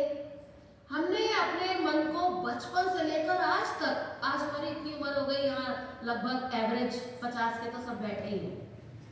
50 की उम्र हो गई, 50 साल तक हमारे मन में जब अंदर जाने की कोशिश की, हमने उसको बाहर घसीटने की कोशिश की। क्या हुआ? नियम बिगड़ गया, भटक गया बच्चा, बच्चा बिगड़ गया, कहते हैं ना तो बच्चा बिगड़ गया। अब आज हमारा मन क्या हो गया है? बिगड़ गया है। अब वो अपनी सीधी चाल चलना भूल गया है, अपने घर जाने का रास्ता भूल गया है। अब तो उसको कहीं पार्टी चाहिए, कहीं शराब चाहिए, दोस्त चाहिए, ये सब चाहिए। अब वो अंदर जाना नहीं चाह रहा। यही कारण है कि आज जब हम अपने मन से कहते हैं कि चलो थोड़ा अंदर चलेंगे, तो वो कहता है कि नहीं, बार बार आँख खोल लेता है, नहीं अंदर जाने को तैयार है। इसलिए आज की तारीख में अपने मन को धीरे धीरे समझाकर, बुझाकर, हाथ पैर जोड़कर, उसको मनाकर वापस अपने घर का रास्ता दिखाना होगा। और इस अभ्यास का, इस प्रयास का नाम है ध्यान। ध्यान में हमें क्या करना होगा? कुछ नहीं करना होगा, केवल अपने मन को एक बार मानसिक रूप से तैयार करना होगा कि भाई थोड़ी देर तो अंदर चल, थोड़ा थोड़ा तो अपने घर की तरफ वापस लौटो। ठीक है, आज हम सब छोड़ने को नहीं कह रहे हैं तुझसे, कम से कम दिन में एक बार, 2 बार, 3 बार तो थोड़ी थोड़ी तो देर एक बार जाकर देख तो सही। हम बच्चे से कहते हैं ना, बेटा ठीक है तुम्हें कोल्ड ड्रिंक पीनी है, एक बार ये जूस पी के तो देखो। बार बार उसको समझाते हैं, कोई बात नहीं तुम मत पीना, एक बार पी के तो देख, अगर अच्छा लगे तो पीना, नहीं तो मत पीना। ऐसे ही करते हैं ना हम। जब बच्चा पीता है तो कहता है नहीं ठीक है, अच्छा है, पी सकता हूँ। तो आज उसने एक गुड़ पिया तो धीरे से कल हम उसको आधा गिलास दे देते हैं। ऐसे ही धीरे धीरे समझा बुझा कर काम चलाना पड़ता है। तो इस पद्धति में हमें यही करना पड़ता है। क्या करना होता है? जैसे एक छोटा बच्चा, जब हम उसको स्कूल में एडमिशन करवाते हैं, पहले दिन वो कहता है मैं स्कूल नहीं जाऊंगा, रोता है, तो हम क्या करते हैं? बच्चे को समझाते हैं, बुझाते हैं, बेटा वहाँ बहुत सारी टीचर मिलेंगी, खिलौने मिलेंगे, दोस्त मिलेंगे, चलो वहाँ बहुत मज़ा आएगा। तो धीरे से उसको वो कहता है ठीक है, अच्छा चलो चलेंगे, वहाँ मज़ा आएगा। धीरे से हम उसकी उंगली पकड़ लेते हैं और चल देते हैं स्कूल की तरफ। आजकल तो सिस्टम चेंज हो गया, अब तो कोई जाता नहीं है छोड़ने, तो स्कूल की बस आ जाती है लेने। पहले माता पिता खुद छोड़ने जाते थे बच्चों को, मुझे याद है, तो उंगली पकड़कर छोड़ने ले गए बच्चे को, रास्ते भर उसको ट्यून करते रहे कि मज़ा आएगा बेटा, वहाँ बहुत बढ़िया टिफिन रख दिया है मम्मी ने, उसको खा लेना, पानी की नई नई बोतल दी है, उससे पानी पी लेना। समझाते बुझाते हुए उसको रास्ते भर लेके जाते हैं, और जैसे ही स्कूल का गेट आता है तो धीरे से अपनी उंगली छुड़ा लेते हैं और धीरे से बच्चे को स्कूल के गेट के अंदर छोड़ के वापस आ जाते हैं। क्लासरूम तक नहीं जाते हैं। अगर कोई पेरेंट्स क्लासरूम तक अगर जाता है तो समझ लीजिएगा उसका बच्चा कुछ सीख नहीं सकता, उंगली तो छोड़नी पड़ेगी। इसलिए ध्यान का ये जो विज्ञान है, इसमें क्या करना है? धीरे से एक बार 2 बार प्रभु के नाम का स्मरण करके, ये उंगली है, प्रभु की उंगली को थोड़ा सहारा लेना है, उसकी उंगली पकड़कर, प्रभु के नाम की उंगली पकड़कर हमें स्कूल की तरफ जाना है। और उसके बाद धीरे से अपने मन को हमें अंदर छोड़ देना है। जैसे ही उसको अंदर छोड़ देंगे तो क्या होगा? अभी बच्चा भूल जाएगा आपको, अब ये स्कूल में चला गया, अब यहाँ थोड़ा हंसेगा, थोड़ा रोएगा, थोड़ा खेलेगा, थोड़ा पढ़ेगा। जो बच्चा सीधी लाइन खींचना नहीं जानता था, वो बच्चा सीधी लाइन भी खींच सकता है। रोज रोज रोज रोज स्कूल जाता है, फिर घर आता है, फिर स्कूल जाता है, फिर घर आता है, करते करते ना केवल ये बच्चा सीधी लाइन खींचना सीख जाता है, बल्कि 1 2 3 4 100 तक सीख जाता है, मल्टीप्लाई करना सीख जाता है, सवाल बड़े बड़े करना सीख जाता है। करते करते करते करते डॉक्टर और इंजीनियर भी बन जाता है। अगर ये बच्चा पहले दिन स्कूल जाता ही नहीं तो क्या ये बच्चा कुछ बन पाता? और अगर ये एक ही दिन स्कूल जाता, अगर इसका निरंतर अभ्यास अगर अंदर जाने का अगर वो नहीं करता, स्कूल जाने का, स्कूल के ऑफिस जाने का, तो ये बच्चा कभी भी कुछ नहीं बन सकता था। आपने अपने उस बच्चे को स्कूल के अंदर जो टीचर है उसके भरोसे छोड़ दिया था। आपको पता था कि इस स्कूल के अंदर एक ऐसा दमदार टीचर है जो आपके बच्चे को ट्रेन कर सकता है, हैंडल कर सकता है, कैसे उसको मैनेज करना है वो सब उसको आता है करना। उसके भरोसे आपने छोड़ा था। ऐसे ही यहाँ पर हमें अपने मन को छोड़ना है। किसके भरोसे? उस परमात्मा के भरोसे छोड़ना है। आपको कुछ नहीं करना है।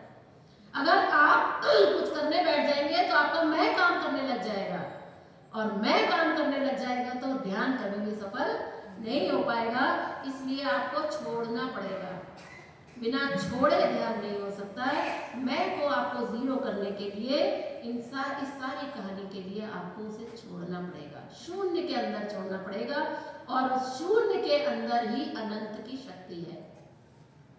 अनंत की शक्ति अगर कहीं छिपी है तो वो शून्य में है, याद रखिएगा। ये शून्य की पावर जो है ना, ये जो गणित जानते हैं उन्हें पता है शून्य की पावर कितनी जबरदस्त होती है। जिसके आगे लगा दिया जाता है उसको 10 गुना बना देता है। और वो एक जो है वो परमात्मा है जो आपके भीतर, उसके साथ में आपकी ये शून्य अवस्था, आपकी सारी इंद्रियों की शून्य अवस्था, आपके मन की शून्य अवस्था, जितने जितने शून्य इसके अंदर लगते चले जाएंगे उतना ही ये एनर्जी मल्टीप्लाई होती चली जाएगी और आप उस एनर्जी के साथ जुड़ते हुए चले जाएंगे। लेकिन यहाँ पर एक समस्या है, इतना आसान नहीं है। जितना सुनने में लगता है उतना आसान नहीं है। क्यों आसान नहीं है? आसान इसलिए नहीं है क्योंकि जब आपका मन ईश्वर क्षेत्र की ओर गति करता है और परमात्मा भी थोड़ा जोर लगाता है, टीचर भी जोर लगाता है, बच्चा भी प्रयास करता है, जब अंदर वाला उसको जोर लगाकर खींचता है तो रास्ते में एक बहुत बड़ी बाधा का क्षेत्र आता है, गंदगी, विकार। ये विकार क्या है? जैसे हमारे पेट में विकार है, जैसे हमारे मन में विकार है, ऐसे ही हमारी बुद्धि में विकार भरे पड़े हैं, जो ये विकार हमें उस परमात्मा से जुड़ने में बाधा डालते हैं। ये विकार किस रूप में है? ये विकार विचारों के रूप में है।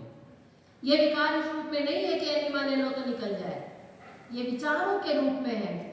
ये विचार हमने जमा कर रखे हैं। कब जमा किए, कैसे जमा किए? जब हम जागृत अवस्था में होते हैं तो हम अपने अंदर बहुत सारे विचार जमा करते रहते हैं। आप मेरा लेक्चर अभी सुन रहे हैं, आप में से बहुत से लोग ये विचार कर रहे होंगे, आपके अंदर ये विचार आ रहा होगा कि अच्छा है लेक्चर, पहली बार समझ में आया थोड़ा थोड़ा।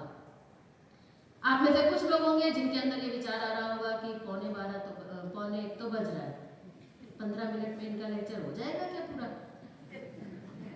कुछ लोग सोच रहे होंगे कि भाई क्या बोल रहे हैं, कुछ समझ में आ नहीं रहा है, क्या ये ध्यान है, ऐसा ध्यान तो हमने कभी सुना नहीं है, बेकार।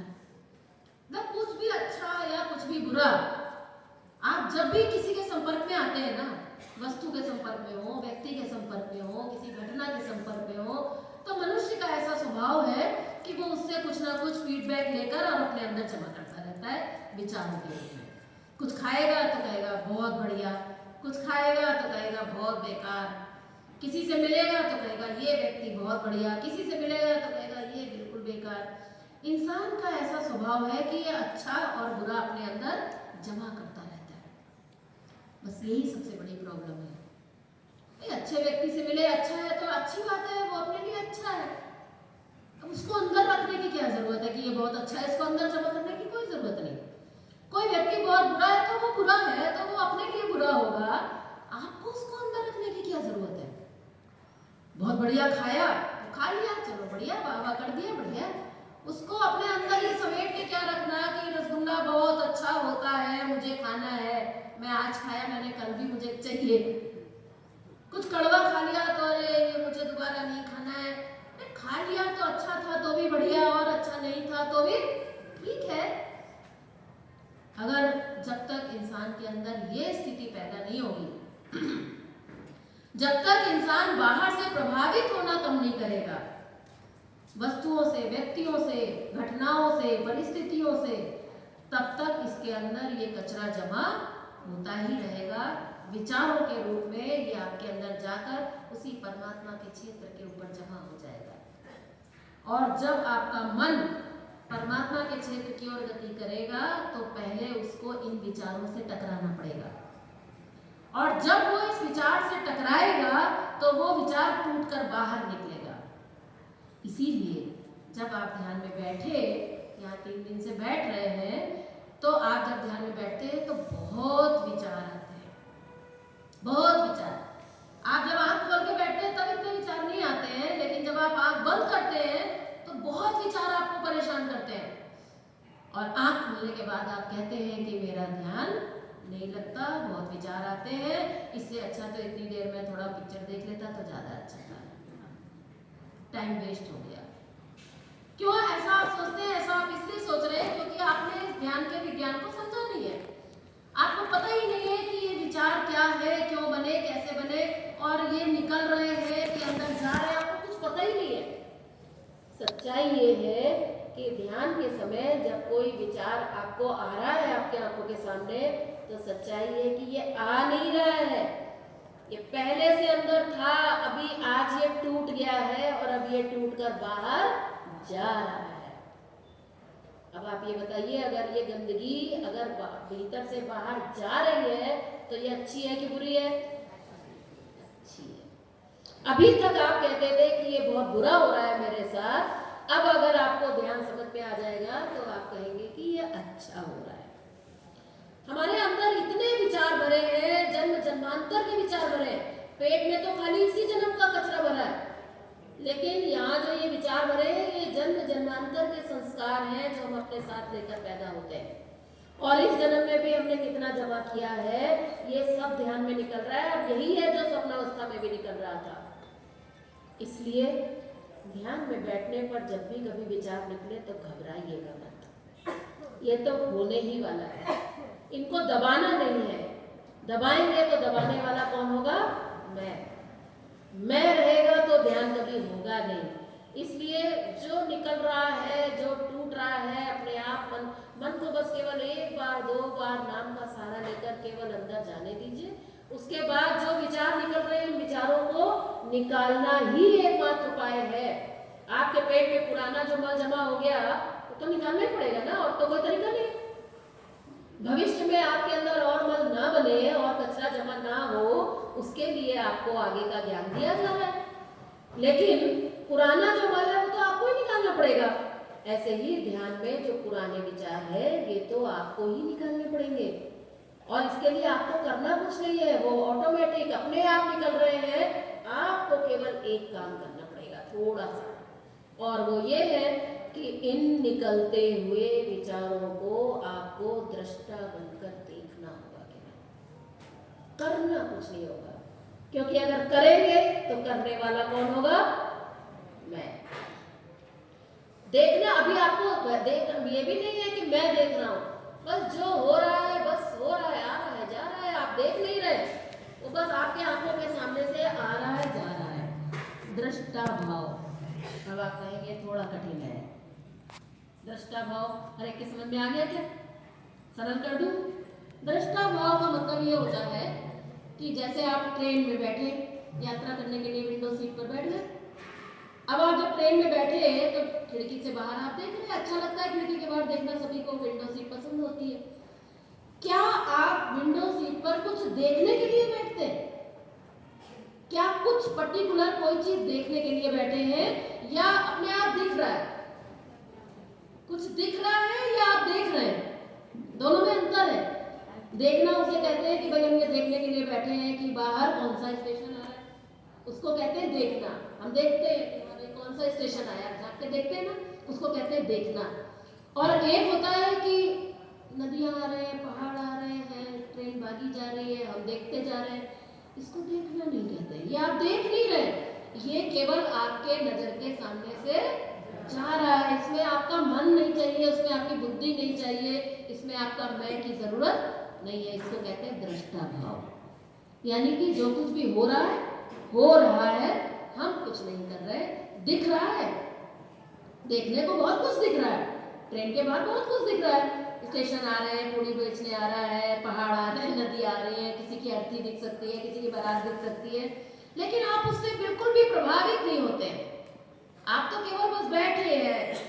ऐसा नहीं है कि बारात दिखी तो आप बड़े खुश हो गए, किसी की अर्थी दिख गई तो आपने अपना खाना बंद कर दिया, आज मैं खाना नहीं खाऊंगा, अर्थी दिख गई है, ऐसा कुछ नहीं होता। जो मन चाहे दिख जाए, हमारे ऊपर उसका कोई भी प्रभाव नहीं पड़ता। इसको कहते हैं दृष्टा भाव। इसलिए ध्यान में जब आप बैठे तो जो हो रहा है उसको दृष्टा भाव से बिना उसमें इन्वॉल्व हुए निकलने दीजिए। सफाई हो रही है, निकलने दीजिए। जैसे जैसे ये विचार आपके निकलने लग जाएंगे समय लगेगा। कल मैंने आपसे कहा था कि 1 महीने से 3 महीने तक का समय लगेगा। 3 दिन में या 7 दिन में इसका रिजल्ट नहीं आएगा, क्योंकि 7 दिन तो आपको ये कचरा निकालने के लिए बहुत कम होंगे। इतना अंदर भरे हैं विचार, तो ये 1 दिन में, 10 दिन में, 1 महीने में निकलने बहुत मुश्किल है। लेकिन जैसे जैसे ये जितना ज्यादा मात्रा में निकलेंगे, इसलिए कहते हैं कि जब समय मिले आंख बंद करके बैठिए। प्रारंभिक अवस्था में ये बहुत अच्छा रहेगा कि जब भी आपको टाइम मिले थोड़ी देर आंख बंद करके बैठिए, सफाई पे जुट जाइए, ज्यादा से ज्यादा सफाई को समय दीजिए। तो क्या होगा, जैसे जैसे ये विचार कम होंगे वैसे वैसे अंदर वाला क्षेत्र थोड़ा नजदीक आएगा, दूरी थोड़ी कम हो जाएगी। दूरी जब ये थोड़ी कम होगी तो उसका थोड़ा प्रभाव आपको दिखाई देगा, क्योंकि अंदर वाला बहुत पावरफुल है। अगर पावरफुल नहीं होता तो पूरी गंदगी हटती, तभी जाकर हमें उसका आभास होता। लेकिन वो अंदर वाला इतना पावरफुल है कि थोड़े से भी बादल अगर हट जाए तो सूर्य का प्रकाश धरती तक आ जाता है। कभी कभी बहुत काले घने बादल हो जाते हैं तो अंधेरा छा जाता है धरती पर, लेकिन थोड़े से भी बादल अगर हटते हैं तो सूर्य इतना पावरफुल है कि उसकी रोशनी आ जाती है। ऐसे ही थोड़ी सी भी गंदगी आपके अंदर से जब हटेगी तो आप देखेंगे कि आपको एक आनंद सा आने लगेगा ध्यान में। धीरे धीरे आपको ध्यान में बैठना अच्छा लगने लगेगा। क्या अच्छा लगने लगेगा ये आपको भी समझ में नहीं आएगा। आपसे कोई पूछे कि क्या अच्छा लग रहा है तो आप बता नहीं पाएंगे, उसको एक्सप्लेन नहीं कर पाएंगे, क्योंकि अभी पूरी तरह से अच्छा लगना शुरू नहीं हुआ है। कुछ तो अच्छा लग रहा है, बस इतना समझ में आएगा। और ये प्रमाण इस बात का होगा, कैसे आपको पता चलेगा कि वो स्थिति आनी शुरू हुई कि नहीं हुई, वो इस बात से पता चलेगा कि जब आप एक दिन ध्यान में नहीं बैठेंगे ना तो आपका मन आपसे कहेगा कि चलो थोड़ी देर आंख बंद कर लो। अभी तक आपका मन क्या कहता था कि नहीं, मुझे आंख बंद नहीं करनी है। जब आप बच्चे को स्कूल जबरदस्ती छोड़ने जाते थे, वो कहता था नहीं जाना है। आज उस बच्चे को स्कूल में इतना मजा आने लगा है कि आज आप कहते हैं कि बेटा एक दिन छुट्टी कर लो, तो वो कहता है नहीं पापा मैं छुट्टी नहीं करूंगा, मुझे स्कूल में ही अच्छा लगता है। तो आपका मन अगर आपसे ये कहता है कि चलो थोड़ी देर आंख बंद कर लो, इसका मतलब है कि मन को अच्छा लगना शुरू हो चुका है। मन बता नहीं पा रहा है कि क्या अच्छा है, लेकिन अच्छा लग रहा है। कोई भी व्यक्ति किसी चीज की डिमांड तभी करता है जब उसने पहले वो चीज खा रखी हो और उसको अच्छी लगी हो। आपने आज एक रसगुल्ला खाया, आपको बहुत अच्छा लगा, तो अगली बार आप रसगुल्ला कहेंगे कि चलो एक रसगुल्ला खा ले, बड़ा अच्छा लगता है। लेकिन अगर आपने रसगुल्ला खाया और आपको बिल्कुल पसंद नहीं आया तो क्या आप दोबारा वो रसगुल्ला खाना पसंद करेंगे? आप कहेंगे कि चलो वाला रसगुल्ला खाएं? नहीं कहेंगे ना। इसलिए अगर आपका मन आपसे कह रहा है कि चलो एक बार ध्यान में बैठ लिया जाए, इसका मतलब है कि जब वो इसके पहले ध्यान में बैठा था तो उसको अच्छा लगा था, इसीलिए वो अब कह रहा है कि चलो दोबारा बैठा जाए। अगर ये स्थिति आपकी 1 महीने के अंदर आने लग जाए तो समझ लीजिएगा कि अब आपका ध्यान लगना शुरू हो चुका है। अब पुराना जो गंदगी है वो तो आपका निकल गया, लेकिन नई गंदगी भी तो बनेगी। अभी भी तो आप मुझसे रिसीव कर रहे हैं, अभी भी तो आपको अच्छा लग रहा है, अभी भी तो आपको बुरा लग रहा है। अगर आप चाहते हैं कि आपके अंदर जो पुराना बन गया वो तो निकाल दूंगा मैं, लेकिन नया बनना भी तो कंट्रोल हो। अगर नए विचारों को बनना कंट्रोल आप करना चाहते हैं तो उसका दुनिया में केवल एक ही तरीका है, और उस तरीके का नाम है सेवा की साधना। अगर हमारी सेवा की साधना चल पड़ी, अगर हमने देना सीख लिया, अगर हमने खिलाकर खाना सीख लिया, पहनाकर पहनना सीख लिया, आदान प्रदान का नियम सीख लिया अगर आपने, तो आप देखेंगे कि आपके ऊपर प्रभाव पड़ना कम हो जाएगा। क्योंकि मैंने कल आपसे कहा था त्याग शांति। जब आपका मन शांत अवस्था में रहने लगता है तब आप दूसरे से प्रभावित नहीं होते। आप प्रभावित तभी होते हैं जब आपका ईगो काम कर रहा होता है, और जब आपका मन अशांत होता है तभी आप बाहर से ग्रहण कर रहे होते हैं। जब आपका मैं शांत होता है और जब आपके अंदर अहंकार नहीं होता है या आपके अंदर राग नहीं होता है, आपके अंदर वैराग होता है। वैरागी लोगों की क्या पहचान होती है? बढ़िया खिला दो तो भी वाह वाह, और खराब खिला दो तो भी वाह वाह। संत महात्मा जिनके अंदर वैराग्य है उनको क्या प्रभाव पड़ता है क्या? दावत खाने से प्रभाव पड़ता है क्या? या सूखी रोटी खाने से प्रभाव पड़ता है क्या? नहीं। भगवान कृष्ण 56 भोग भी खा लेते थे और केले का छिलका भी खा लेते थे, उनको दोनों में वाह वाह। ऐसा अगर आप भी चाहते हैं तो उसके लिए सेवा की साधना बहुत जरूरी है। इसलिए बिना सेवा की साधना के ध्यान की साधना को बहुत आगे तक ले जाना संभव नहीं है। और जो लोग ध्यान में सफल हुए हैं उनके जीवन को आप स्टडी करेंगे तो आप पाएंगे कि उनके अंदर पहला गुण होगा कि वो निस्वार्थ होंगे।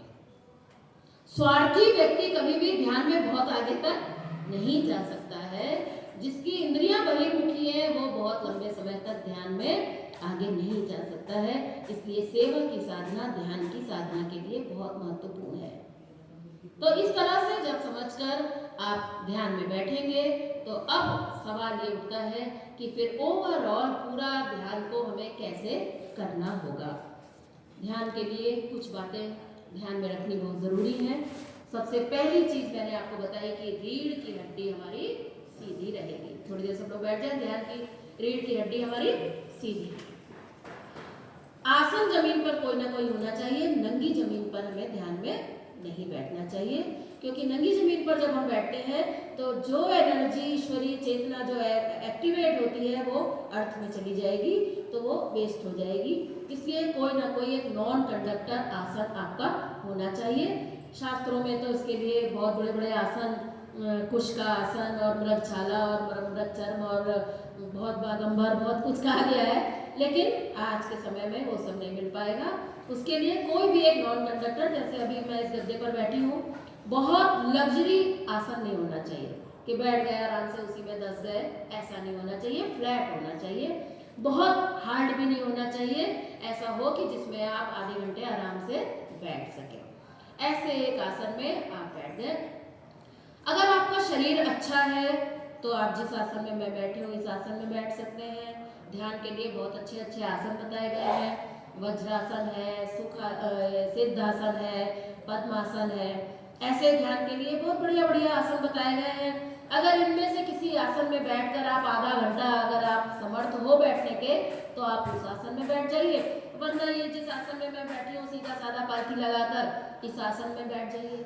बहुत से लोग इस आसन में भी नहीं बैठ पाते हैं, उनके घुटने खराब है या कमर में प्रॉब्लम है, तो वो लोग जिस भी आसन में बैठ सकें। पैर लंबे करके बैठना है भाई, पैर लंबे करके बैठ लो। सीधे नहीं बैठा जा रहा है तो दीवार के सहारे एक सीधा स्ट्रेट कोई तकिया रख लो, लेकिन बेल्ट नहीं होनी चाहिए रीढ़ की हड्डी सीधी रहनी चाहिए। बिल्कुल नहीं बैठ पा रहे, कुर्सी पे ही आपको पैर लटका के बैठना है तो एक उस पर भी कोई एक तकिया खड़ा कर लो, या थोड़ी देर के लिए कुर्सी से आगे, इसीलिए कहा जाता है कि कुर्सी से थोड़ा सामने आकर सीधे आकर ध्यान पर बैठे। तो इतनी सावधानी रख के जिस आसन में आपसे बैठा जाए उस आसन में आप बैठ जाइए। उसके बाद धीरे से आंखों को बंद कर लेते हैं। बहुत भींच के नहीं बंद करना है। और बहुत से लोग पूछते हैं क्या आंख बंद खोल कर भी ध्यान हो सकता है, तो मैं इस पक्ष में बिल्कुल भी नहीं हूँ कि आंख खोलकर ध्यान किया जाए। कुछ लोग करते हैं आंख खोलकर भी ध्यान, लेकिन फिलहाल यहाँ पर उस पद्धति की हम बात नहीं कर रहे हैं। हमें अंदर जाना है तो अंदर के रास्ते के लिए हमें आंख बंद करना ही उचित होगा। आंख बंद कर लेते हैं।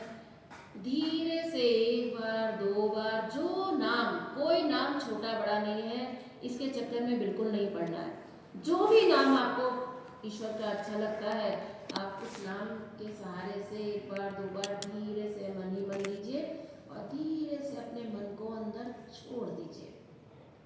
उसके बाद जीरो होके बिल्कुल शांत भाव से आप बैठ जाइए। जैसे ही शांत भाव में आकर आप बैठेंगे वैसे ही अंदर से युद्ध शुरू हो जाएगा, अंदर से विचार निकलने शुरू हो जाएंगे।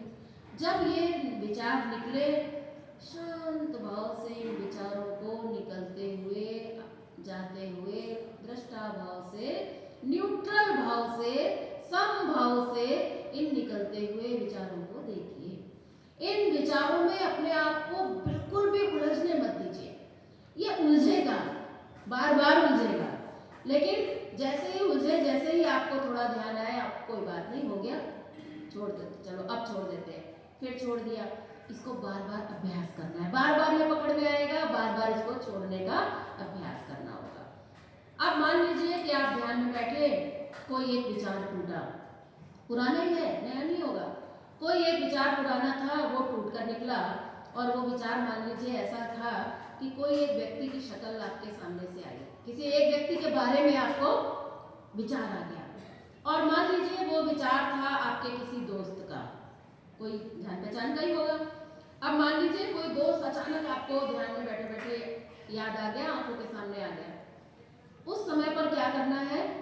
उस समय पर आपको ये नहीं सोचना है कि अरे ये दोस्त कौन था, तो 15 साल पुराना दोस्त आज कहाँ से याद आ गया, क्या था इसका नाम, कहाँ था, कौन से कॉलेज में हम साथ पढ़ते थे, क्या है, कहाँ मिलेगा आजकल, कहाँ रहता है, इसका फेसबुक ढूंढना चाहिए, क्या इसका नाम याद नहीं आ रहा है। अब आप दिमाग पर जोर डालना आपने शुरू कर दिया कि अरे इसका नाम याद नहीं आ रहा है, इससे तो बड़ी अच्छी दोस्ती थी, ये तो क्लास में पीछे बैठता था, एक बार इसकी डांट पड़ी थी, पता नहीं कितने विचार आप सोचना शुरू कर देंगे।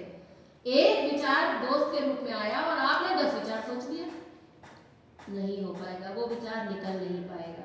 इसलिए क्या करना है, जैसे ही आपको लगे तो आपका मन जैसे उधर भागे कि कौन है ये, तुरंत आप सावधान हो जाइए, कोई नहीं है, विचार है ये विचार है, ये कोई दोस्त नहीं है। आँख खोलेंगे तब सोच लेंगे कौन है, अभी कोई जरूरत नहीं है सोचने की। इस तरह से आपको हैंडल करना पड़ेगा। अगर कठिन लगता है, थोड़ा कठिन हो सकता है, इसको अगर और सरल बनाना आप चाहें, अगर दृष्टा भाव को और सरल बनाना है तो उसके लिए एक और सरल तरीका है, और वो ये है कि जो ये विचार निकल रहे हैं, इंसान का स्वभाव है कि कहीं ना कहीं ध्यान लगाए, क्या हो रहा है क्या नहीं हो रहा है, स्वभाव है ना हमारा, यही तो प्रॉब्लम है। तो आप एक काम करिए, इधर से ध्यान हटाने की जगह दूसरी जगह ध्यान लगा लीजिए, ध्यान उधर से हटा के दूसरी जगह ध्यान हटा लीजिए, और कहाँ लगा लीजिए, ध्यान आप अपना देना शुरू कर दीजिए अपनी सांसों पर।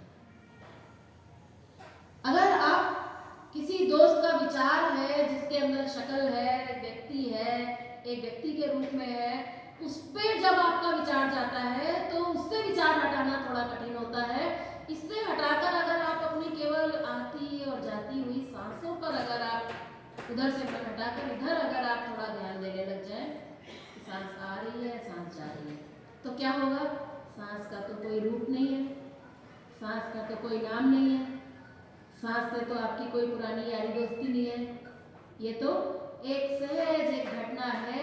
और अच्छी बात है कि ये परमात्मा का स्वरूप है, तो परमात्मा का स्वरूप है ना सांसें, और सांसें ही जीवन है। अगर ये कहें कि सांसें ही परमात्मा है तो गलत नहीं होगा। परमात्मा ने आपको सांसें दी है, बस इनको आते और जाते हुए देखिए, होगा क्या?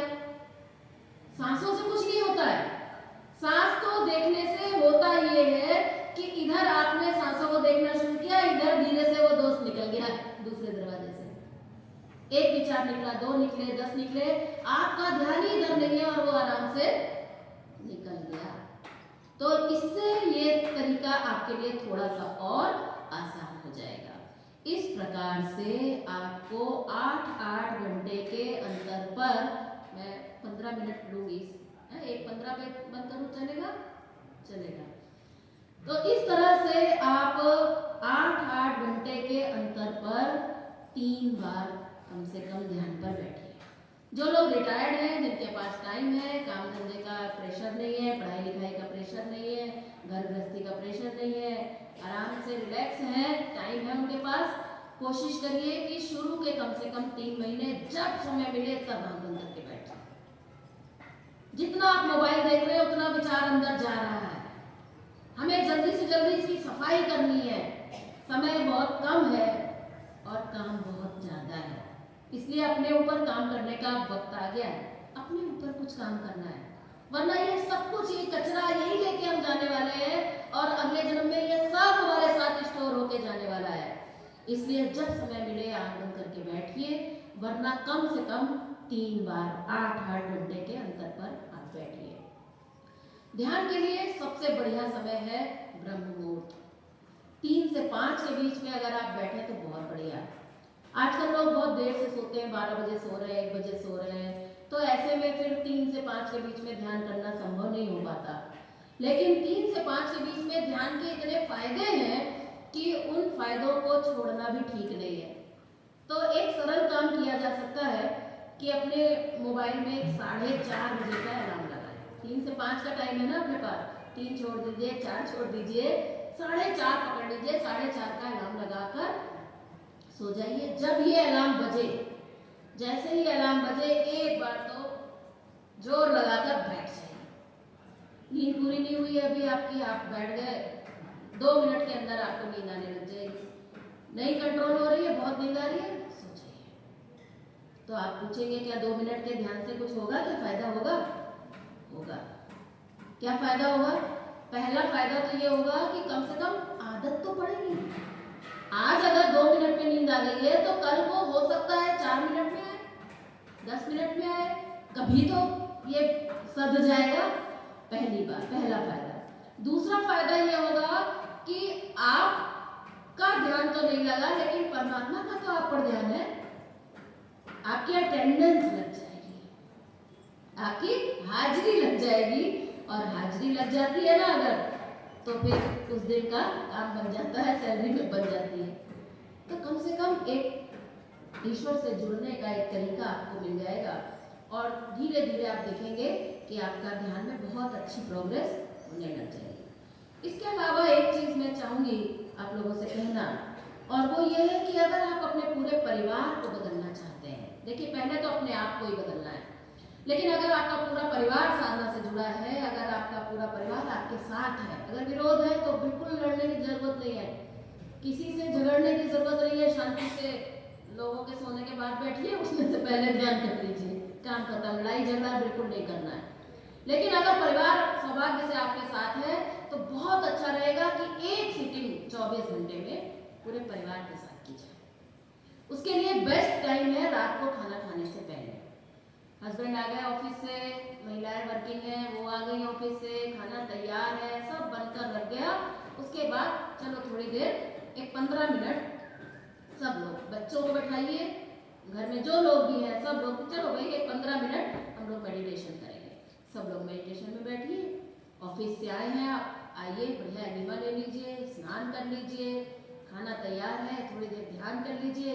आप देखेंगे खुल के बढ़िया भूख लगेगी, बढ़िया पाचन होगा, बढ़िया नींद आएगी, गहरी नींद आएगी, और परिवार का एक संस्कार पड़ेगा, परिवार का माहौल बदलेगा, और एक घर में ही एक स्वर्ग जैसी स्थिति बनने में सहायता मिलेगी। हो जाए तो बहुत अच्छी बात, नहीं हो पाए तो एक बार जब सवेरे सोकर उठे, एक बार तब बैठ ले, एक बार रात को सोने से पहले बैठ ले, और एक बार जब आपको समय मिले अपने अपने टाइम टेबल के हिसाब से एक 20 मिनट का समय निकालना कोई बड़ी बात नहीं है। कम से कम 20 मिनट की एक सिटिंग होनी चाहिए, और ज़्यादा से ज़्यादा जितना हमारी उम्र है उतने मिनट की सिटिंग जो है ये आइडियल है, और मिनिमम जो है वो 20 मिनट्स की सिटिंग मेडिटेशन के लिए होनी चाहिए। इसके अलावा ध्यान के साथ में सेवा की साधना का महत्व मैंने आपको बताया। ध्यान के साथ में तप की साधना का बहुत महत्व है। अगर आपने डट कर बहुत अनाज आपके शरीर में खा रखा है आपने, तो अनाज जो है ये पृथ्वी तत्व है, बताया गया ना, अनाज जो है ये पृथ्वी तत्व है, और पृथ्वी का काम होता है नीचे खींचना।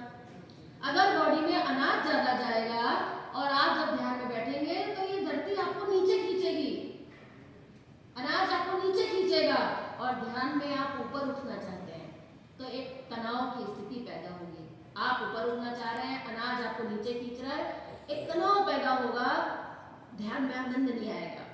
धीरे धीरे धीरे धीरे हमें अपने शरीर को सूक्ष्म बनाना होगा, अनाज को कम करना होगा, सब्जियों को बढ़ाना होगा, फलों को बढ़ाना होगा, पत्तियों को बढ़ाना होगा। उसके लिए आपको जो यहाँ पर डाइट दी गई है ये आदर्श भोजन प्रणाली है। अगर इस पद्धति से आपका चलेगा खान पान, और एनीमा से शरीर के अंदर गैसेस वगैरह निकल जाएंगी, तो आप देखेंगे बॉडी का वेट कम हो जाएगा, गैसेस नहीं होंगी, एसिड्स नहीं बनेंगे, धीरे धीरे शरीर हल्का हो जाएगा। तो अभी जो आप ऐसे बैठ नहीं पा रहे हैं, ऐसे बैठना सीख जाएंगे, आपका कमर और घुटने, जॉइंट्स, ये सब आपका बढ़िया होने लग जाएगा, और फिर जब आप ध्यान में बैठेंगे तो इसका आनंद ही कुछ और होगा। अभी जब हम बैठते हैं तो कहीं यहाँ दर्द हो रहा है, वहाँ दर्द हो रहा है, हम बैठने की कोशिश तो कर रहे हैं लेकिन हमसे हो नहीं पा रहा है, चाह कर भी नहीं हो पा रहा है, तो केवल ध्यान कभी भी ठीक नहीं होता। ध्यान के साथ में तप की साधना बहुत जरूरी है। अपने भोजन को सूक्ष्म बनाना बहुत जरूरी है, क्योंकि भोजन के माध्यम से ही हम सूक्ष्म तत्व को प्राप्त कर सकते हैं। भोजन को ही सूक्ष्म करना है, अपने विचारों को सूक्ष्म करना है, अपने मन को सूक्ष्म करना है, अपनी इंद्रियों को सूक्ष्म करना है। अभी हमारी आंख जो है वो बहुत स्थूल है, ये भी देख रहे, वो भी देख रहे, वो भी देख रहे, पलट पलट के देख देख के, चैनल बदल बदल के देख रहे। धीरे धीरे हमें अपनी आंखों को सूक्ष्म बनाना है। आंखों का उपवास, कानों का उपवास, अपनी वाणी का उपवास। उपवास का मतलब केवल ये नहीं है कि हमने खाना छोड़ दिया। अपने को हमें ये सोचना है कि कैसे हम अपने आप को थोड़ा सूक्ष्म बनाएं, हर तरफ से, चारों ओर से, बाहर से भी और भीतर से भी। जब धीरे धीरे धीरे धीरे आप सूक्ष्म बनेंगे तो उस सूक्ष्म तत्व से जुड़ना आपके लिए बहुत इजी हो जाएगा। समय लगेगा, इतना आसान नहीं है, लेकिन अगर आप निरंतर अभ्यास करेंगे। ध्यान के लिए मेरा अनुभव कहता है कि सबसे महत्वपूर्ण चीज अगर कोई है तो वो है कंटिन्यूटी, नियमितता। अगर आप आज बैठे, फिर कल छोड़ दिया, फिर परसों बैठे, फिर 10 दिन शादी में चले गए तो छुट्टी हो गई, फिर लौट के आए तो भूल ही गए ध्यान सीखा था, ध्यान करना था, फिर अचानक एक दिन किताब हाथ लग गई, फिर याद आ गया, फिर बैठना शुरू कर दिया, कभी रिजल्ट नहीं आएगा। ध्यान के लिए रेगुलर होना बहुत ज़रूरी है, बहुत ज़रूरी है। अगर आप रेगुलर होंगे तो कोई कारण नहीं है कि ध्यान में आपके रिजल्ट नहीं आए। ध्यान में आपको बहुत अच्छे से अच्छे अनुभव आ सकते हैं, सारे समाधान आपको मिल सकते हैं। और आज समाज में जो सबसे बढ़ती हुई एक बीमारी है, जिस बीमारी का नाम है डिप्रेशन। ये डिप्रेशन और कुछ नहीं, विचारों की बीमारी है और कुछ नहीं है। जब ये विचार हमारे इतने ज़्यादा बढ़ जाते हैं, इतने ज़्यादा बढ़ जाते हैं, जो हमारे कंट्रोल में ही नहीं आते हैं और पूरा अंदर तक घुस जाते हैं, हमारी पूरी चेतना के अंदर तक घुस जाते हैं, तो इसको हम कहते हैं, जब हमारे ये इम्प्रेशंस जो हमने अपने अंदर जमा किए हैं, ये इम्प्रेशंस जब डीप में चले जाते हैं तो इसको हम कहते हैं डिप्रेशन। डिप्रेशन और कुछ नहीं है, केवल डीप इम्प्रेशन। और जब हम डिप्रेशन में चले जाते हैं, तब जब हम ध्यान में बैठते हैं तो अभी एक विचार, एक बार में एक विचार निकल रहा है, और अगर डिप्रेशन हो गया तो इतना ज्यादा विचार है अंदर कि जैसे ही आप बैठेंगे तो एक साथ 10 निकल पड़ेंगे। अब जब एक साथ 10 निकलेंगे तो क्या होगा? सर दर्द होगा, परेशान हो जाएंगे आप। इसीलिए डॉक्टर्स कहते हैं कि डिप्रेशन के पेशेंट को ध्यान मत करने दो। अभी हमारे एक साधक है, थोड़ा डिप्रेशन में थे, डॉक्टर ने कह दिया खबरदार ये ध्यान में नहीं बैठेंगे। मैंने उनसे कहा कि ध्यान के अलावा डिप्रेशन का कोई इलाज ही नहीं है।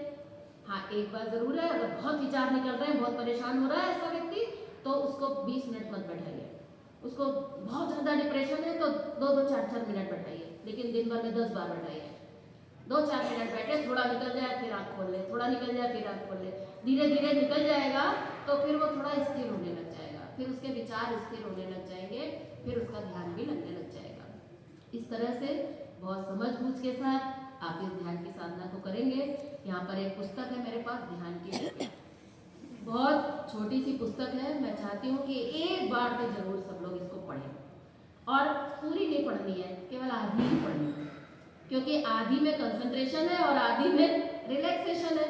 अगर आपको कंसंट्रेशन करना है तो आधी पढ़ लो, रिलैक्सेशन करना है तो आधी पढ़ लो। तो सोचिए कितने कम पढ़ने हैं। एक बार पढ़ेंगे, बहुत सी चीज़ें मैंने बताई नहीं, भूल गई मैं, टाइम होता है, बहुत सारे, कोई भी बच्चा सब कुछ तो नहीं बता सकता ना ही आप एक बार में सब कुछ समझ सकते हैं, तो बार बार पढ़